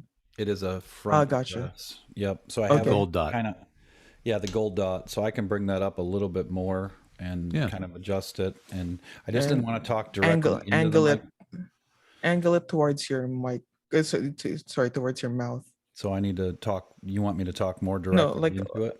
Like just point the microphone towards your mouth as opposed to, I think right now it might be a little bit towards your neck and maybe your chest. So if you could tilt it so it's more towards your mouth. Okay. I've been super happy with this mic. I know it's not a Heil, but it's definitely, I've gotten it closer. I'm a little Rode biased. I like them, but the NT1 is one of the absolute best value microphones available, I think. For the quality, the self noise is fantastic. It sounds good. You could damp the room down a little bit. You could throw some sound blankets, moving Fernie pads, or do a little more room damping. That mic hears the room really well. That's its only, that's what makes that mic a little harder to use, but fidelity wise, it's fantastic. Well, and I did get rid of the AT1 USB interface in favor of the Mix Pre 3. It gave me a lot more adjustments. I haven't even scratched the surface. We did a little bit when Sound Devices was on office hours, but I still need to dial that in some more. There's no expander on the Mix Pre 3. I have one. I wish it had an expander. That's one of the most helpful tools in any audio toolbox that's often not included with a lot of stuff. So I wish it had that. I would be using it myself. Yeah, I think that it's just a little bit of fan noise, and we can hear a little bit of the room, and that's just going to be that mic is super sensitive. I'd probably continue to close the distance to your mouth just a little bit more. We're getting some really good resonance there, and then just the fan noise, and it's just a touch of room noise, of just echo, just reverberation. The weird thing is the pop filter is so big. I feel like I have this huge pop filter, and I mean the benefit of the pop filter is obviously worth it, but it's a square rectangular pop filter, so I've brought it a little bit closer to me, so hopefully that helps. And George and Mickey and Greg could talk to this, but if you're side addressing it, you might be able to pull it up closer without the pop filter if you're just coming across it. To the Howard Stern. Yeah. Watch Howard on a TLM 103. Watch how he manhandles the mic and it doesn't pop. Because he's talking across it. So yeah, I did. It took me a minute to realize he was using a 103. I was looking at some Foo Fighters thing the other day, and I was like, "Wow, is he just grabbing onto that mic?" Like it just, I just like that. Weird. Yeah, it's so weird to watch. Okay, Mickey. Hey, audio chain is an AKG 414 going into a Sound Devices 552, and that is going to a Focusrite Scarlett 6i6. Oh, and that's also going through loop back to delay the audio a bit to match the camera. Oh, very cool. Yeah, fidelity is awesome. It's a great chain. Which I 414? do have. This is the XLS. I do have ultrasound off right now. I'll switch it on. And I usually have it off because I have an AC running. Mm-hmm. Because you're in the Yeah, that makes- Philippines? Yes, sir. And that's it with original sound on, so it should be noisy right now. Yeah. Yeah, it's noisy, but it does clear up the voice a little bit. The mid-range is clearer. It's more present. Original sound kind of dulls it just a little bit, but it's still reasonable, I think. Yeah, sounds good. That's Room, That's great. room reverb is such a subjective thing. I mean, you know, your Well, room is more lively than others that I've heard. It's more obvious when original sound is off or on. Still Right. confused about this. Yeah, no, I would definitely leave the original sound off. It's unfortunate because your voice sounds much better with it on, but but the environment is pretty loud. So, but it sounds great always. Go ahead, Charles. Hello, everybody. Coming in through a Heil PR40, Mogami cable, mix Pre 3, noise assist around -5 or 6, last set by Mickey. My room is a 10 by 10 by about 14 feet tall. I have carpet in the room. I have some dampening in the corners by my rear speakers. What I'm concerned about is the MacBook Pro that I'm sure it's smoking by now, and about 14 data center drives about 6 feet away from me. If you're really worried about the noise from the equipment, there's a company called Isobox. It's basically like a whisper room for your equipment. I've got a client I'm using that with, and I don't know if it's big enough capacity for what you're doing, and if it's worth the investment for what we're doing. It's up to you, but I think it's a very nice balanced sound. The room tone levels are under control pretty nicely, and the mic has a little fidelity thing going on. It could be the processing. Seems to lose the last 10K, 10 to 20K range. May not be there really, but I like it. Overall, I think it sounds great. There's a little bit of the fan noise. I can't wait until Apple finishes going to M1 because I have 4 Mac M1 minis next to me and just make no noise at all. Like they're just quiet. So, but it's super minor in the background. I think it's totally fine. George? I'm talking into a Rode NTG5 that's going through a Rodecaster Pro. I have original sound mode. It says turn off, so it's on. And I am using copious amounts of processing. If I turn that off, then this is my natural room tone right now with no processing, flat NTG5 into the Rodecaster Pro. And that's where I'm at right now. And what EQ are you adding? Well, the Rodecaster Pro is weird in that it doesn't give you any granular EQ. So it kind of just has presets. And so there's something on there. There's an Aphex that is essentially add treble and add bass is basically all it does. And I have that off. So that's the only thing that's weird about the Rodecaster. There's no actual EQ, but it has control over all other aspects, compression, expansion, has a mastering output leveler. So it's almost there. They've been updating it for 2 whole years, giving you free updates constantly. It's incredible how many features they've added for free. Maybe they'll add the EQ, but that's where I'm at. I got nothing. It's like you do this for a living. Anyone have any notes? Go ahead, Craig. I was just going to say after George had talked to us before and detailed his room, I think a few weeks ago, knowing what's the room is and knowing what's on the other side of that curtain outside his window, I think it's more than great. I think it's a really amazing job of cutting down the room itself, and you've got a great clear signal. Go ahead, Marty, Leland, Guy, and Carl, real quick for everybody. We're going to run out of time. So I was pretty amazed that I didn't hear a whole lot of difference when you turned original sound on. I didn't change it. Off. I didn't touch it. I didn't touch original sound at all through the whole thing. I never changed. It's still on. The original still sound's on. Yeah. Okay, cool. Yeah. Well, and you turned off your processing. I didn't hear a whole lot of difference with the processing that you had on. You were just a little more upfront, maybe, but it sounds great either way. Yeah. Go ahead, Leland Guy. Yeah, absolutely. Yeah, Leland Guy. I was gonna have to give him the cleanest room sound award so far moving forward. I couldn't hear a thing in the background anywhere. Yeah, it's really good. Yeah, I was Guy. just wondering if we could hear that oral exciter, the Aphex Aura exciter, because I remember taking a peek backstage at Tony Robbins' rack, and he had an Aphex Aura exciter, and I went to buy one, and they were like $300 just for that channel strip, and so Rode bought it. having it, I think Rode bought Oral. Rode bought them. Yeah. So does it? And you're not going to? You don't use it? You don't like I'll turn having it on it now. So now it's on. So now it's sparklier, and now I'll turn it off, and now it's a little bit less sparklier. Yeah, I was hearing lots of tongue clicking when you had it on. Yeah, I'm not. That's not the one that I'd want for that setup. You really have to It's have different. the full rack unit to make it work properly. Yeah, there's also a plug-in that emulates it. It's very adjustable. You got to dial it in. Go ahead, Carl, and then Mickey, and then we'll move on. I'm just wondering about the diffusion in your room. So is that one of the reasons why we're not getting your first reflections? Yeah, my diffusion. It's called clutter. I always tell everybody, the more clutter, the better. Fortunately, I have a whole room that you don't see that is perfectly set up that way. Go ahead, Mickey. Yeah, I find the oral exciter and also the big bottom, it just sounds so radio-y and broadcasty that it's unappealing for me. All right, Chris Comfort. Thank you. That was fun.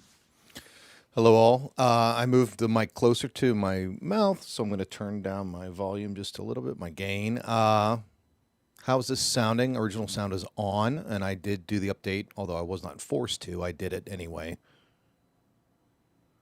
Turn the gain up again. A little more gain, but yeah, I think it's... Okay, good. I'm just, like I said, I'm worried about when I have to put the AC on, if I turn it on right now. See if I can turn it. I had my heater off when I did that test too, by the way. When All right, so that's the fan on. Yeah, that's more problematic. It's there. Yeah. Okay. So we'll figure that out. I can try original sound off. You do what I do when I have it in the same room. Is I sit at about 64 degrees, and then when I'm going to talk for a little while, I turn off the fan, and then I turn it, and then I talk, and then I turn it. You know, like. And I think I'm going to do that for sure. Yeah. Thank you. Yeah, absolutely. But otherwise, I think it sounds pretty good. Little for you, I bet you it's just a touch thin. You know, like it's thinner than. Okay, so let me. Yeah, I didn't tell my. So if I get really close, I don't know if there's a proximity effect to the mic, but I do have. On the Zoom H6, there's a very rudimentary sort of like low cut at 80 hertz. And then they're very rudimentary compression. It's just on vocal 2 or whatever. So now I'm really close with the mic. How does this sound? Plosives or sibilants or anything? I would definitely side address it rather than front address it. You're always like you can see mine kind of going off to one angle. Go ahead, Mickey, and then Carl. So maybe like with that distance though, it's really close. I would really be mindful of your on your proximity to the mic, because when it's that close, even just an inch movement is a huge deal. Okay, cool. Yeah, go ahead, Carl. Also, with North America coming into summer, you guys may want your fans on and your aircons on.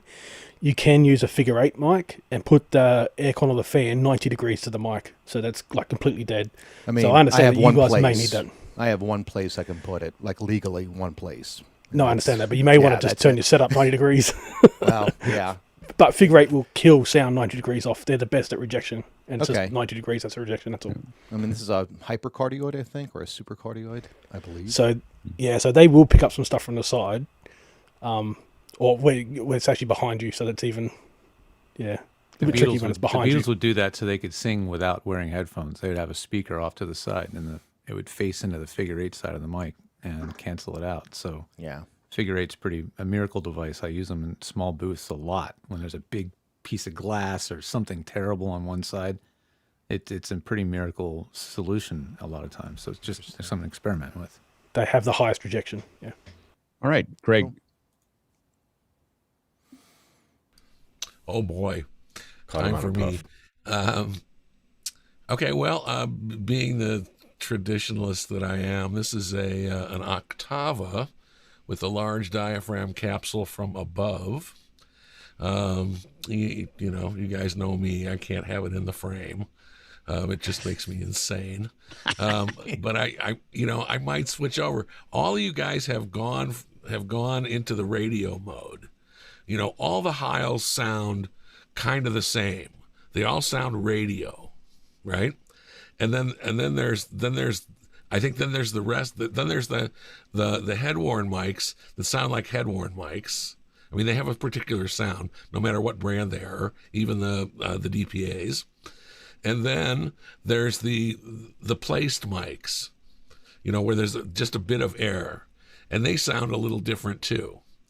You know, I mean, they all sound good, but there's these to me there's these three distinct. Well, and my leaning towards, I mean, I have a Neumann 102, and I used it for a little while. And my big problem is I'm cheating. Like, the reason I'm using a radio mic is specifically because I'm trying to eliminate room noise, and I have kids and I have a wife that are running, they're talking to each other, and I've got music and things that are not mine, and I've blocked off as much as I can. But the reason I'm using it, I would otherwise use the Neumann most likely for it, because to your point, I think it's more airy and it has more of a sense to it, but I can't in the space that I'm in at the moment. Well, I guess but I'm just saying, I think it's kind of nice that there's this variety. Yeah. But, you get to hear it. They're all within spec, I think. Well, how does this sound? How does this sound? Well, I was curious about that. Is that's good? That in this case, in this context, is it good that we have a variety? I think it's kind of fun. I think it's kind of fun. I like it. It's just, I think everybody has a signature to it that they're doing there. So, go ahead and talk a little bit more, Greg. Okay. So we'll talk a bit more, and we'll look at the delayed video feed off of Mukana, and hey, that's pretty good. Charles is giving his thing, and so my voice is kind of raspy now. I know, I like it. Years of nicotine training has done it well. Oh God. Yeah. It's like sorry, Doc. Ain't it the truth? That's the Octava MK012 with a large diaphragm capsule screwed onto it. Front facing. That's pretty cool. Yeah, it sounds good. I like it. I like the sound. I like that it grabs all the gravelly pieces to it. Any other comments? We're gonna keep moving. Yeah, go ahead, Leland, real quick. Are you using compression on that chain, Greg? And a little bit. So, yeah. How much? Just a. Let me see. Yeah. I'm sorry. I didn't talk about the whole chain. It's the mic going into an Apogee Duet, going into the MacBook Pro with this thing that Chris Fenwick turned me on to. It's called Audio Hijack. I don't know if you guys know it, but it's just really, really cool. And I have a little. Let's see. What do I got? I got. How does it go from hijack to Zoom? Through a what do you call it? A virtual cable. I have 3 dB of compression currently, a little bit of EQ, and and I do have my RX-7 on the front end, just to get rid of the fan. And do you hear the computer? Ever so slightly, just it's super subtle. It's great. I think it sounds good. Okay. Go ahead. Marty. Hi. Okay. Let me get switched over here. So I am using an Audio-Technica AT4050 multi-directional mic. It's set into cardioid mode. It's about 8 inches or 2 fists away from me, and that's going into an XR18. Zoom has original sound turned on, and so this is the straight. I've got no processing at the moment. Go ahead, Nikki. Yeah, I don't know if it's the microphone or something in the chain, but it sounds like a good amount of mid range is being scooped out for some reason. Like I hear some low end like 200 hertz, and I hear some high end, but I'm missing some mid range. Yeah, so let me turn the equalizer on that I have set and see if that helps a little bit. This equalizer has a 70 hertz low cut filter, a little bit of a scoop at 105, and then a little bit of a boost at 2800. Then I would turn noise gate on because I'm in a fairly noisy room. And then I'd add a little bit of compression, and that would be my signal chain. I've tried a few different microphones. I did a test a few weeks back. So I went on a Zoom call, just private call, and I listened on a second instance. Tried a few different microphones to see which one would be the quietest, would cancel out the most room noise. Yep. Go ahead, George. This one was the pick. George? Yeah, nice chain. I would speed up the release time on the expander gate to maybe 80 milliseconds or something right around there, but that's really nitpicking. Yep. Stuart? Marty, sounds good. Thanks. Yeah, I was on a webinar over the weekend, and there was a panel I was listening to, and a few people, and they were all pretty reasonable. But one person was a female radio announcer, and she had her professional processing, and boy, when she spoke, it's a world of difference. Yeah, I mean, you can hear it here with George. George is standing about 6 feet above us when he talks. Like the quality of the audio is just right there. So it's and again, you just notice how you're more present in a conversation when you have that. So it's important. Yeah, absolutely. Go ahead, Stuart. Okay, so I've got the Nextech AM4136 from JCar for all of $80 local. That's USB into a vMix PC. And that's NDI out into my laptop, which has got Zoom running on it. And that's from there out to you. At the moment, there is no processing or EQ or anything in vMix. Original sound is off, but under Mickey's guidance, we have the output of vMix pan to one side and mono sound in Zoom. And there was a little bit of noise before. I did eliminate the largest sound or the largest fan noise in the room, which was my Adamus Shogun, which I was using to display video waveform. So we've had to let that go for the quality of sound. And I'm still got nasally from a cold. Yeah, go ahead, George. Yeah, it could be the nasal bandpass problem, or it's you don't have a lot of, but there's still like it sounds like it'd be a little more hi-fi, a little bit more low end, a little bit more top end, maybe could be there. I don't know if it's a limit of that mic or what. It's pretty it's pretty endemic. I mean, like you're always a little thin than from what you could be. I have a really whiny voice in real life. I know that it's just my voice sucks. Always has. It is what it is. I still think there's more there behind the camera. I still think there's more there. I think that it's you grab something with onto. the microphone. Yeah. I have noticed that if I take these headphones and plug them into my vMix machine, there's no background noise at all. But when I plug them into the laptop and I'm listening to the NDI feed directly, it's like the sound floor in the laptop is much higher. Interesting. So you can hear all the background noise, and there's not as much dynamic range for the sound. But in the what laptop. headphone amp? What headphone amp are you driving those monitors from, though? Because that would definitely determine. Well, it would affect how much detail you can hear. The headphone socket in the side of the laptop. Go ahead, Carl. I don't have an external interface at all to use, Mickey. Are you using the high fidelity music mode in Zoom? Yes. Okay. But like I said, original sound is currently off. And here's what it sounds like with original sound on.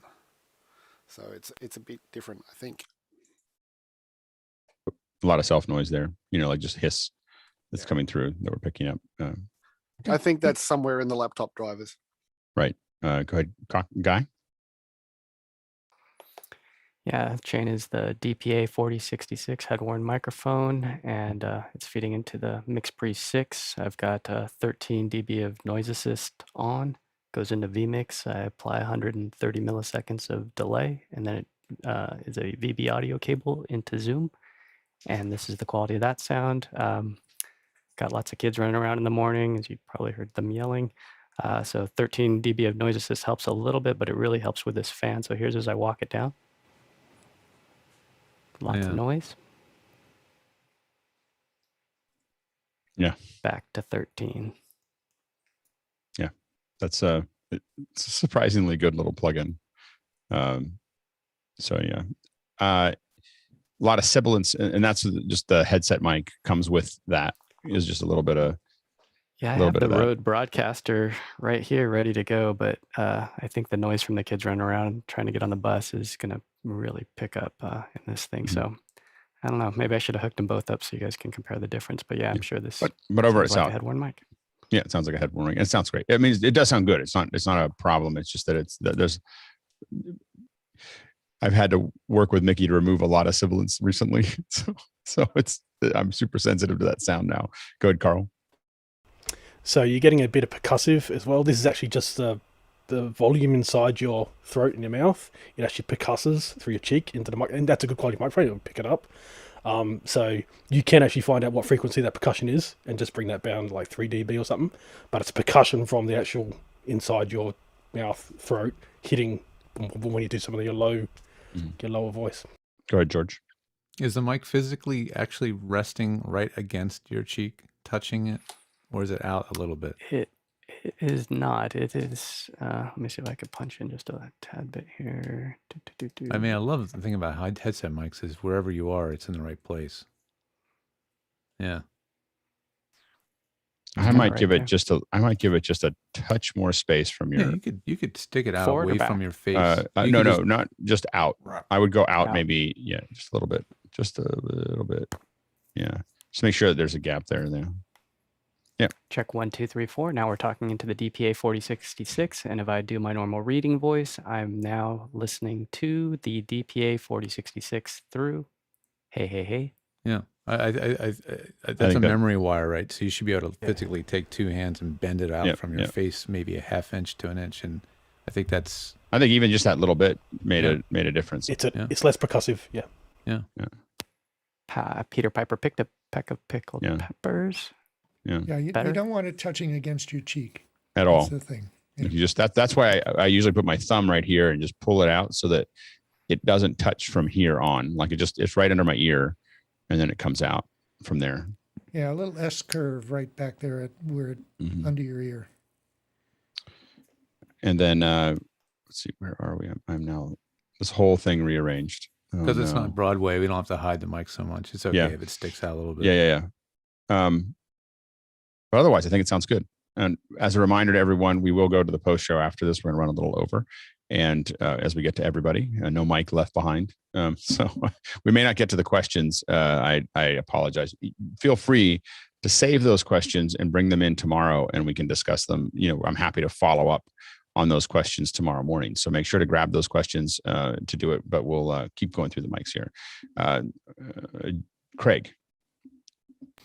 Okay, so this is an AKG 414 going through a Behringer X32 core straight into Zoom from there. I'm in a smallish kind of room.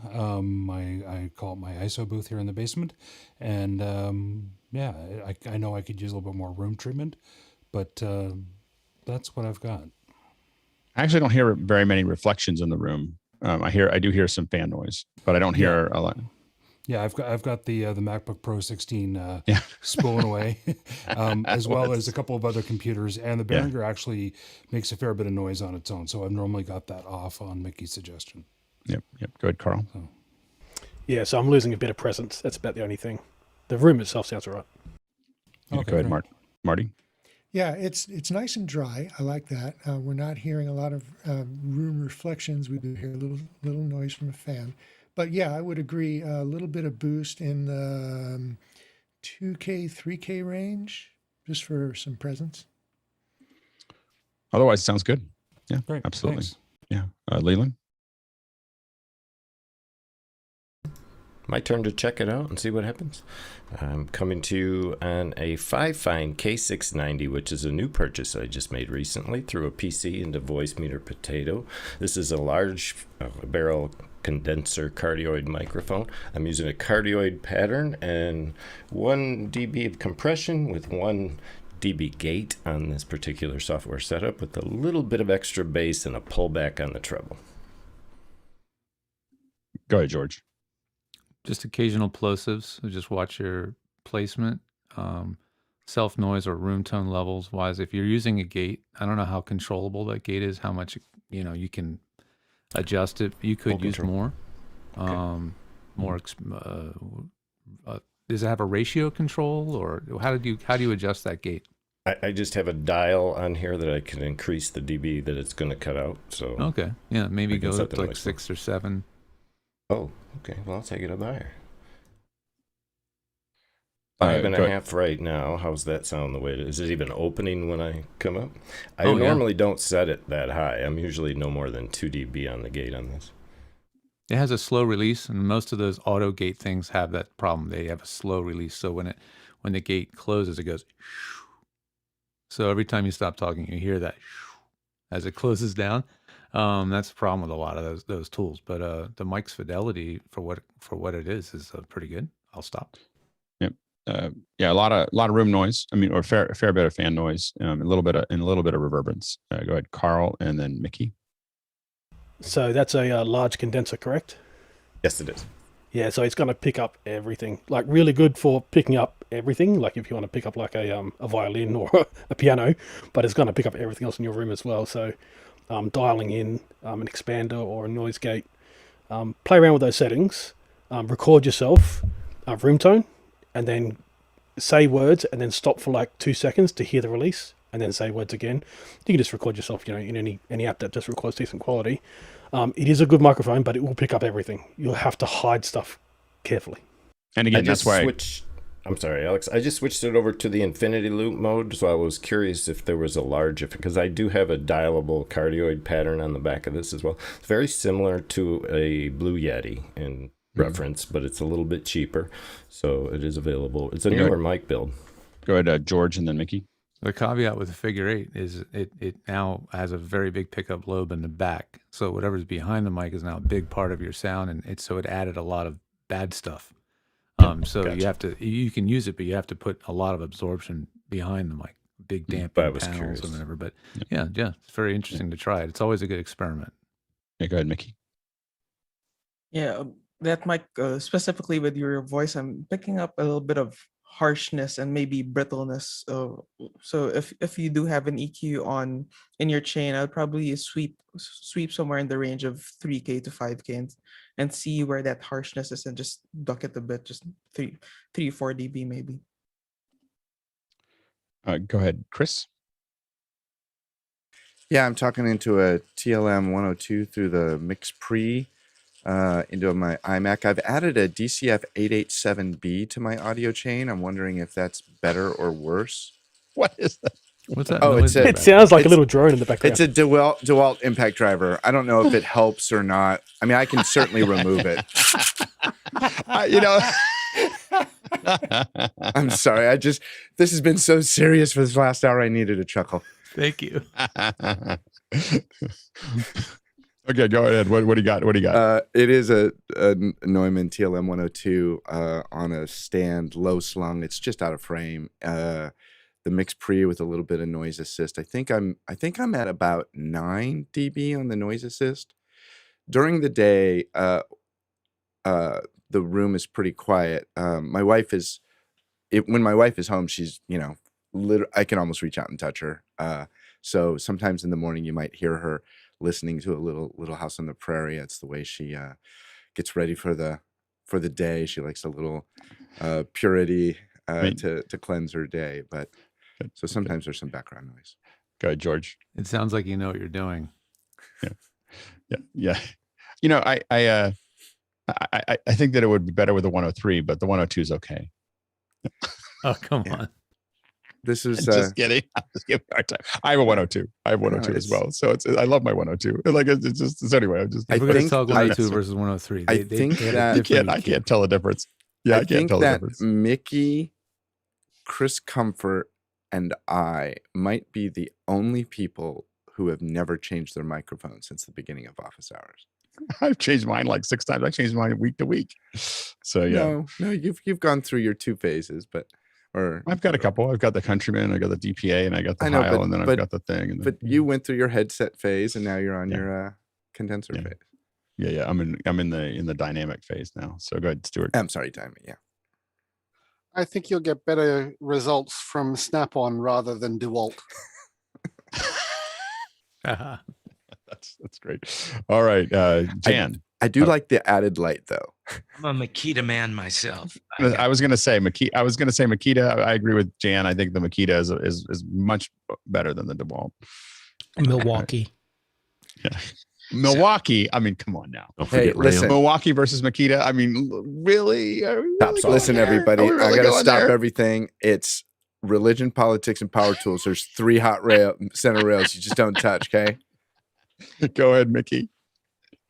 Sylvia Massey actually like runs signals through electric power tools. So run that XLR through that motor. There you go.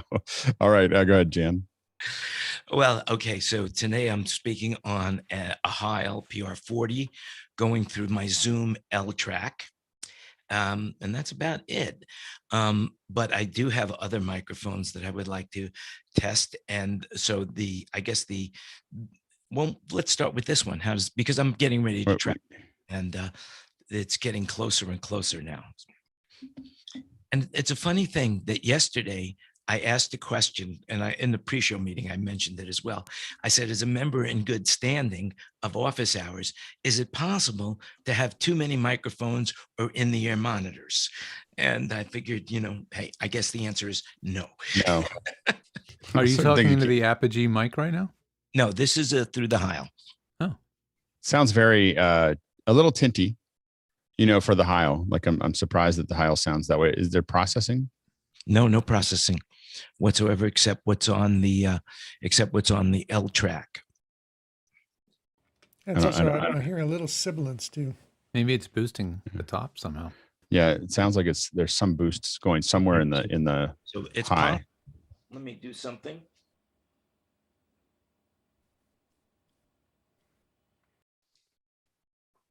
I just adjusted the EQ on the microphone. Does that make it sound better? Give you a little more high end? Okay.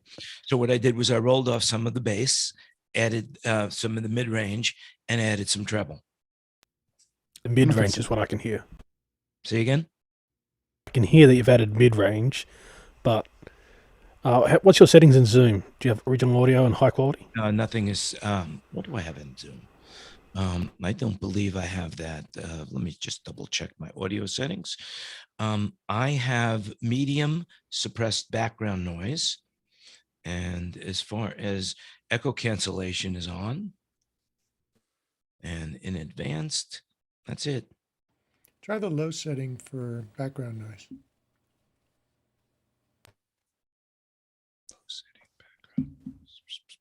Okay. Okay, there's the low settings on the background noise. That sounds better. And I could also say, let's just try some high fidelity mode. Does that bring it up? Better. Oh, yeah. Yeah. That sounds like the microphone now, yeah. Yeah, it sounds like the microphone we expect. Sound, and see if original sound does anything. Now I'm talking with original sound. So much better than what you started. Yeah. Yeah, smoother. So now, having said that, and we all know the Neumann is good. By the way, I just want to say one thing, guys. If you're having noise or fan noise, there's an app called Turbo Boost for the Mac that will adjust your fans. We're running over. So I'd like to do. Could I do one more mic? Yep, one more mic, real quick. All right. I'm now talking on this one, the Point Source mic. Point Source was designed by Lou Mead for Hamilton, and because they didn't want to put DPAs on everybody's voice, Too expensive. So they went down with the point source. Because Hamilton's budget was so low. It's so funny when people think through this. Anyway, it's thin. I mean, it's not fair. Like a DPA wouldn't keep up with it. It wouldn't matter. It just doesn't keep up with the Heil. Like when we listen to the Heil first and then we listen to that, it's just a lot thinner. So I think that's the problem there. Go ahead, John Idelson, and then Greg. One quick test. If I could do this with a mic that I'm thinking for ports. This is low end. Now, how does this microphone sound? It's I see Greg shaking his head no. This is a test of a Samson Go microphone, which costs $49. I'm a little hot, so let me. It should go. Thank you. Go ahead, George. I didn't think it was too bad actually, but it was much hotter, so it kind of threw us for a loop. Go ahead. You can gain match them that we could get a better. Let me bring the gain down. Now I'm doing with the gain down. This should be a little bit better. How's that sound? It's usable. It just has no high end. Go ahead, Greg. Okay. And it's the low end that's naturally in your voice that just booms on that mic. Yeah. You know, when through the Heil, it's part of you. It's part of you, right? This would not be for me. I'm trying to do this for some Rangers, and they tend to be younger and have just better one voices. comment for Jan. Yes, Greg. When you move away from the Heil is when you start to sound thin. You got to stay on it. Okay. When you turn your head, you'll be thin. All right, okay, thank you very much. And now I am using the mic, the Apogee mic, at this point in time. I just switched to the third mic. And, this is one that I probably have to travel with. That thing is a lot of pops. Plosive sensitive. I know that mic very, very well, unfortunately, because it's such a tiny head basket with an open capsule. You have to have side address, and even then you'll have a little bit of challenge. You can't have it right in front of you. Okay, well, that makes it easy. Put it to the side. No, put it like to the side. Side note, Nickelodeon sent a bunch of the hype mics, which is the new version of that mic, to the cast of SpongeBob. And that's what they used for an entire season. Oh, okay, there you go. So if I put it to the side, it sounds better? Well, it sounds really echoey now. It's too far away. It needs to be close and to the side. There you go. Moving it there. This is my new Gorilla. Got the... So anyway, I think thanks very much, guys. Yep, absolutely. I love this brain trust. You guys are It amazing. is so much fun. I'm sorry, like what other show have I ever seen where we all just sit there and spend an hour and a half picking or an hour and 15 minutes picking at our mics? It's great. I love this. This is what I do all day, by the way, for a living. I know. And so it's so fun to do it with a bunch of pros, in this room. Yeah. It's like my audience is usually a single voice actor who I'm trying not to stop, trying to stop her from crying. Right. No, it's fun. Like I'm just a big, and we're going to do mine real quickly. I need feedback too. So this is a Heil PR40 going into a sound device, Scorpio. I have a noise assist set at -5, and then it goes directly via USB into Zoom. Zoom is set with original audio. Original audio is off right now. Sorry, I turned it off because I was testing it. So now this is original audio on. With the same chain. So now you get to hear the difference between those two chains as we go forward. Go ahead, Craig. Yeah, that was the thing. When you had turned that off earlier, I didn't realize what it was, but especially now I've got on the good Sony headsets, you were much louder and you were distorting. You're actually clipping it. Oh, there you go. So if that might also be a little bit of clipping at the mic input itself before it gets even to the original sound. It would be unlikely, but it could be. Hold on, let me take a look. Well, it's hitting the limiter. Yeah, because it's, for some reason, it keeps, I don't know why, but when it comes out of here, Mickey keeps on telling me to turn it up. So I've been turning it up in here, and it seems to be just tapping. There's a limiter on it, so it's just tapping it. Go ahead, Mickey, and then George. Yeah, what happens there is that when you have original sound turned off, it is only feeding out a mono signal, and it is summing those two separate left and right streams together. So if you're slamming the limiter already on a single channel, another channel summed together with that with the exact same content would make you start to distort. So I should go to left channel. If you are going to turn off original sound, I would suggest just feed and usually I have it on, original sound on. I turn it off sometimes because I don't use, in the pre-show, I don't use my headset. And so I just turn it on so I can just lean in and talk. And I have to turn the original sound off so that the echo cancellation works. So go ahead, Mickey. Yeah, so if you I just are gonna remembered. have original sound turned on and stereo enabled, then how it is set up at the moment is good. But if you are that's the gonna plan. turn off original sound and just go mono, then Mm-hmm. only take one channel of that, so it doesn't sum two of the same. Right. Go ahead, Carl. If you do go mono, just drop it 3 dB. So that's the effect. Right. In Or analog that. world, when you add two together, it's 3 dB. Yep. Go ahead, Marty.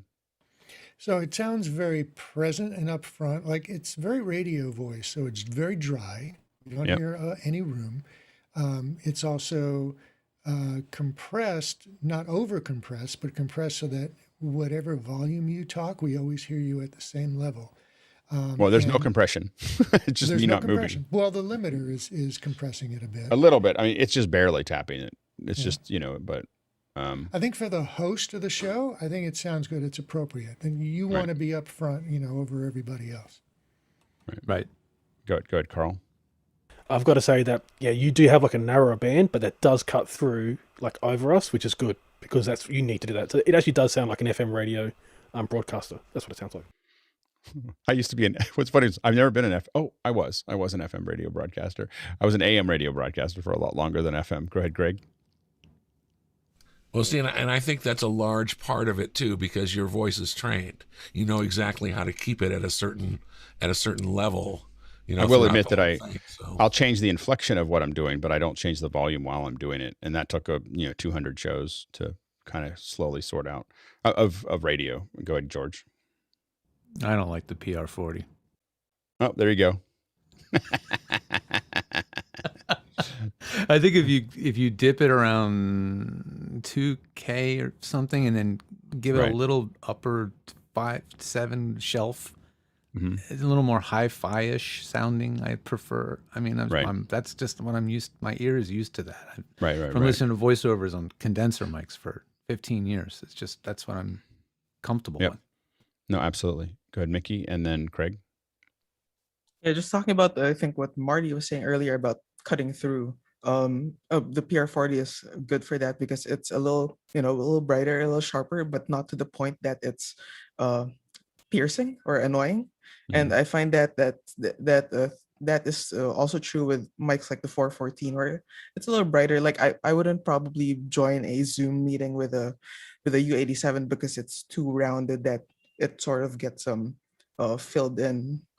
It gets covered up by other sources. Well, and again, this isn't my voiceover mic. So if I do a voiceover, when I do voiceovers, I use the Neumann.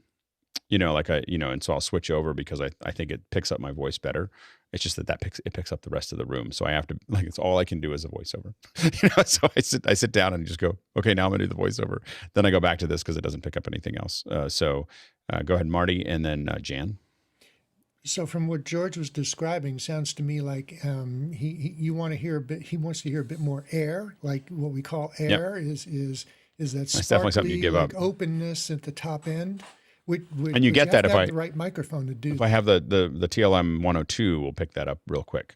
So it's definitely a much more present mic when I turn that one on. Those two mics are like the yin and the yang. I mean, Yeah. the 1 and the 2 and the PR4. I mean, they're almost completely the opposite in every aspect. So yeah, can you use both? I not at the same time. so yeah, go ahead, Craig. I just wanted to ask about something from before another show when you were showing us your setup and stuff and moving your mic arm around. Is that mic on a suspension mount? Because I remember one show getting a lot of mic movement noise. It is not, and I need to put it on one. I lost it. So this one, I have a suspension mount for my Neumann and not for my Heil. In some move, I misplaced it, so I just have to get another one. But Yeah. right now, it's hard connected to it. So yeah, you will hear a little bit of that. At least you lost the good right point. one to have to replace. Because if you lost the Neumann, it's more than the entire Heil microphone. Yeah, exactly. What Can is I put that? a plug in for my buddy here in LA? There's a company called the Hook Studios, and he invented a little tiny elastomer shock valve. Oh, Isn't that cool? that is so cool. That's very. What is cool. it? The Hook Studios? The Hook Studios. How much weight can that hold? How big of a mic can that This hold? is an early prototype, by the way, and it is actually coming apart a little bit. This is like a really They're easy. about to be sold out. Yeah, that's Yeah, well, This here's is the like- thing, yeah, man. this This is a boutique thing that I think is still being made by hand here in LA. So yeah. Yeah, His stuff goes in and out of stock a lot. He has really Well, cool pop screens that strap onto the end of a 416, and yeah, he's really he's cool about- stuff. But yeah, he's going to be like, what happened? You Sorry, know, Mike. like yeah, sorry. He's a good guy, but yeah, he's going to have to we're- expand production. Yeah, exactly. Go ahead, Marty, and then Jan, and then I actually have a 9:30 that I have to do before we do our thing, so I have to get out of here soon. So Marty? that's really interesting because I was going to say about movable arms, spring suspended arms. I did radio production for many, many years. We found that the springs that support the arms can oscillate, and that colors the sound of the microphone. Yeah. And so we had to put foam in between inside the spring, or wrap something around the outside of the spring to keep them from resonating. So that isolation mount can go a long way to stop that. Yeah, absolutely. Jan, Gator I just wanted to frameworks. say you have an uncanny ability of keeping your mouth that exact distance away from your mic all of the time. It's just because you work in you work in radio, you get used to it. You get used to like this is where I need to be, and like and your head doesn't move very much. So so unless I'm moving around to do something, I tend to lock in pretty quickly. And again, it's just from doing a lot of it. Go ahead, Stuart. Just to the point of mic mounts, and Jason was showing off a really good one that was absolutely silent when you move it the other day. Cheap ones do something like this. Yeah. Right. Yeah, exactly. Okay. That's it. Yeah, there we go. Uh-huh. All That's right. what happens to Okay. the cheap one in the springs. Anyway, so I feel like I just want to say this is the kind of what we say oftentimes in some other work that I've done: aim small, hit small. You just when we aim small, we hit small, and so us picking at all this stuff is us really aiming at this tiny little gap that we this little goal, and the other thing is just minding that gap. It doesn't mean we have to get there at the same time, but we just keep on looking at the gap and trying to close it to where it's amazing. And it's we're already as a group a couple miles ahead of everything else that I've ever seen on Zoom. Like when you start to look, and it's because we do these Ruthless reviews is part of the reason that we are so far ahead, because we're just picking at these little things. And so it's anyway, so I really feel like I found my tribe. Like we all just are, the fact that there's 200 and some people, and for the most part there were 250 260 people all sitting there in rapture watching us fiddle with, like, when I first walked into ILM, the first day I walked into ILM, Stu Maschwitz and John Knoll were sitting there looking at a lens flare. They had taken a pen light and just moved it past the camera and then back, and then moved it past the camera and then back. They spent a whole afternoon just going like this. Do you see that, what it does there? Yeah. See that little blue? Yeah. See, oh, look at the way that streak goes. Yeah. And they were looking at like 3 different versions of it. There wasn't like a whole bunch of them. They were just looking at the same ones over and over and over again and picking out every little detail to reproduce lens flares and all the flares and everything else. And I was like, oh, I'm in the right place. I was like, I love all the little detail, and I love all the little bits and pieces. And so I love the fact that we have so many people that are into the same thing, which is just razor sharp, and that we're able to be thick-skinned about it. Like, it's okay. Like, it's, that we're able to pick at each other, and no one's being defensive. No one's like, we're just all trying to get better together, and so I think that it's really fun. So I just want to thank everybody. I got to jump into this post meeting. We can keep talking, but yeah, thank you very much. It's really just such a pleasure to be with all of you. And I'm going to jump, and then I'll hand it off, and then I'll be back at 9:55. The post meeting is where we're going to watch the Apple keynote together, if you want to. And the link to that, if you are in the webinar, it's in the email that goes out every morning at the bottom, the post show. You can join there. All right. See you in a second.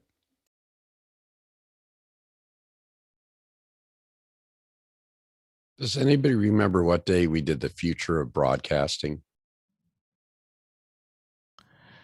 Jeff Powers would have that information for you for sure. Okay. Aren't we leaving That this was meeting on going to the Friday. after meeting now? Yep, that was fun. Thank you guys. It was a blast. I live right down the street from where you are for years and years and years in Venice.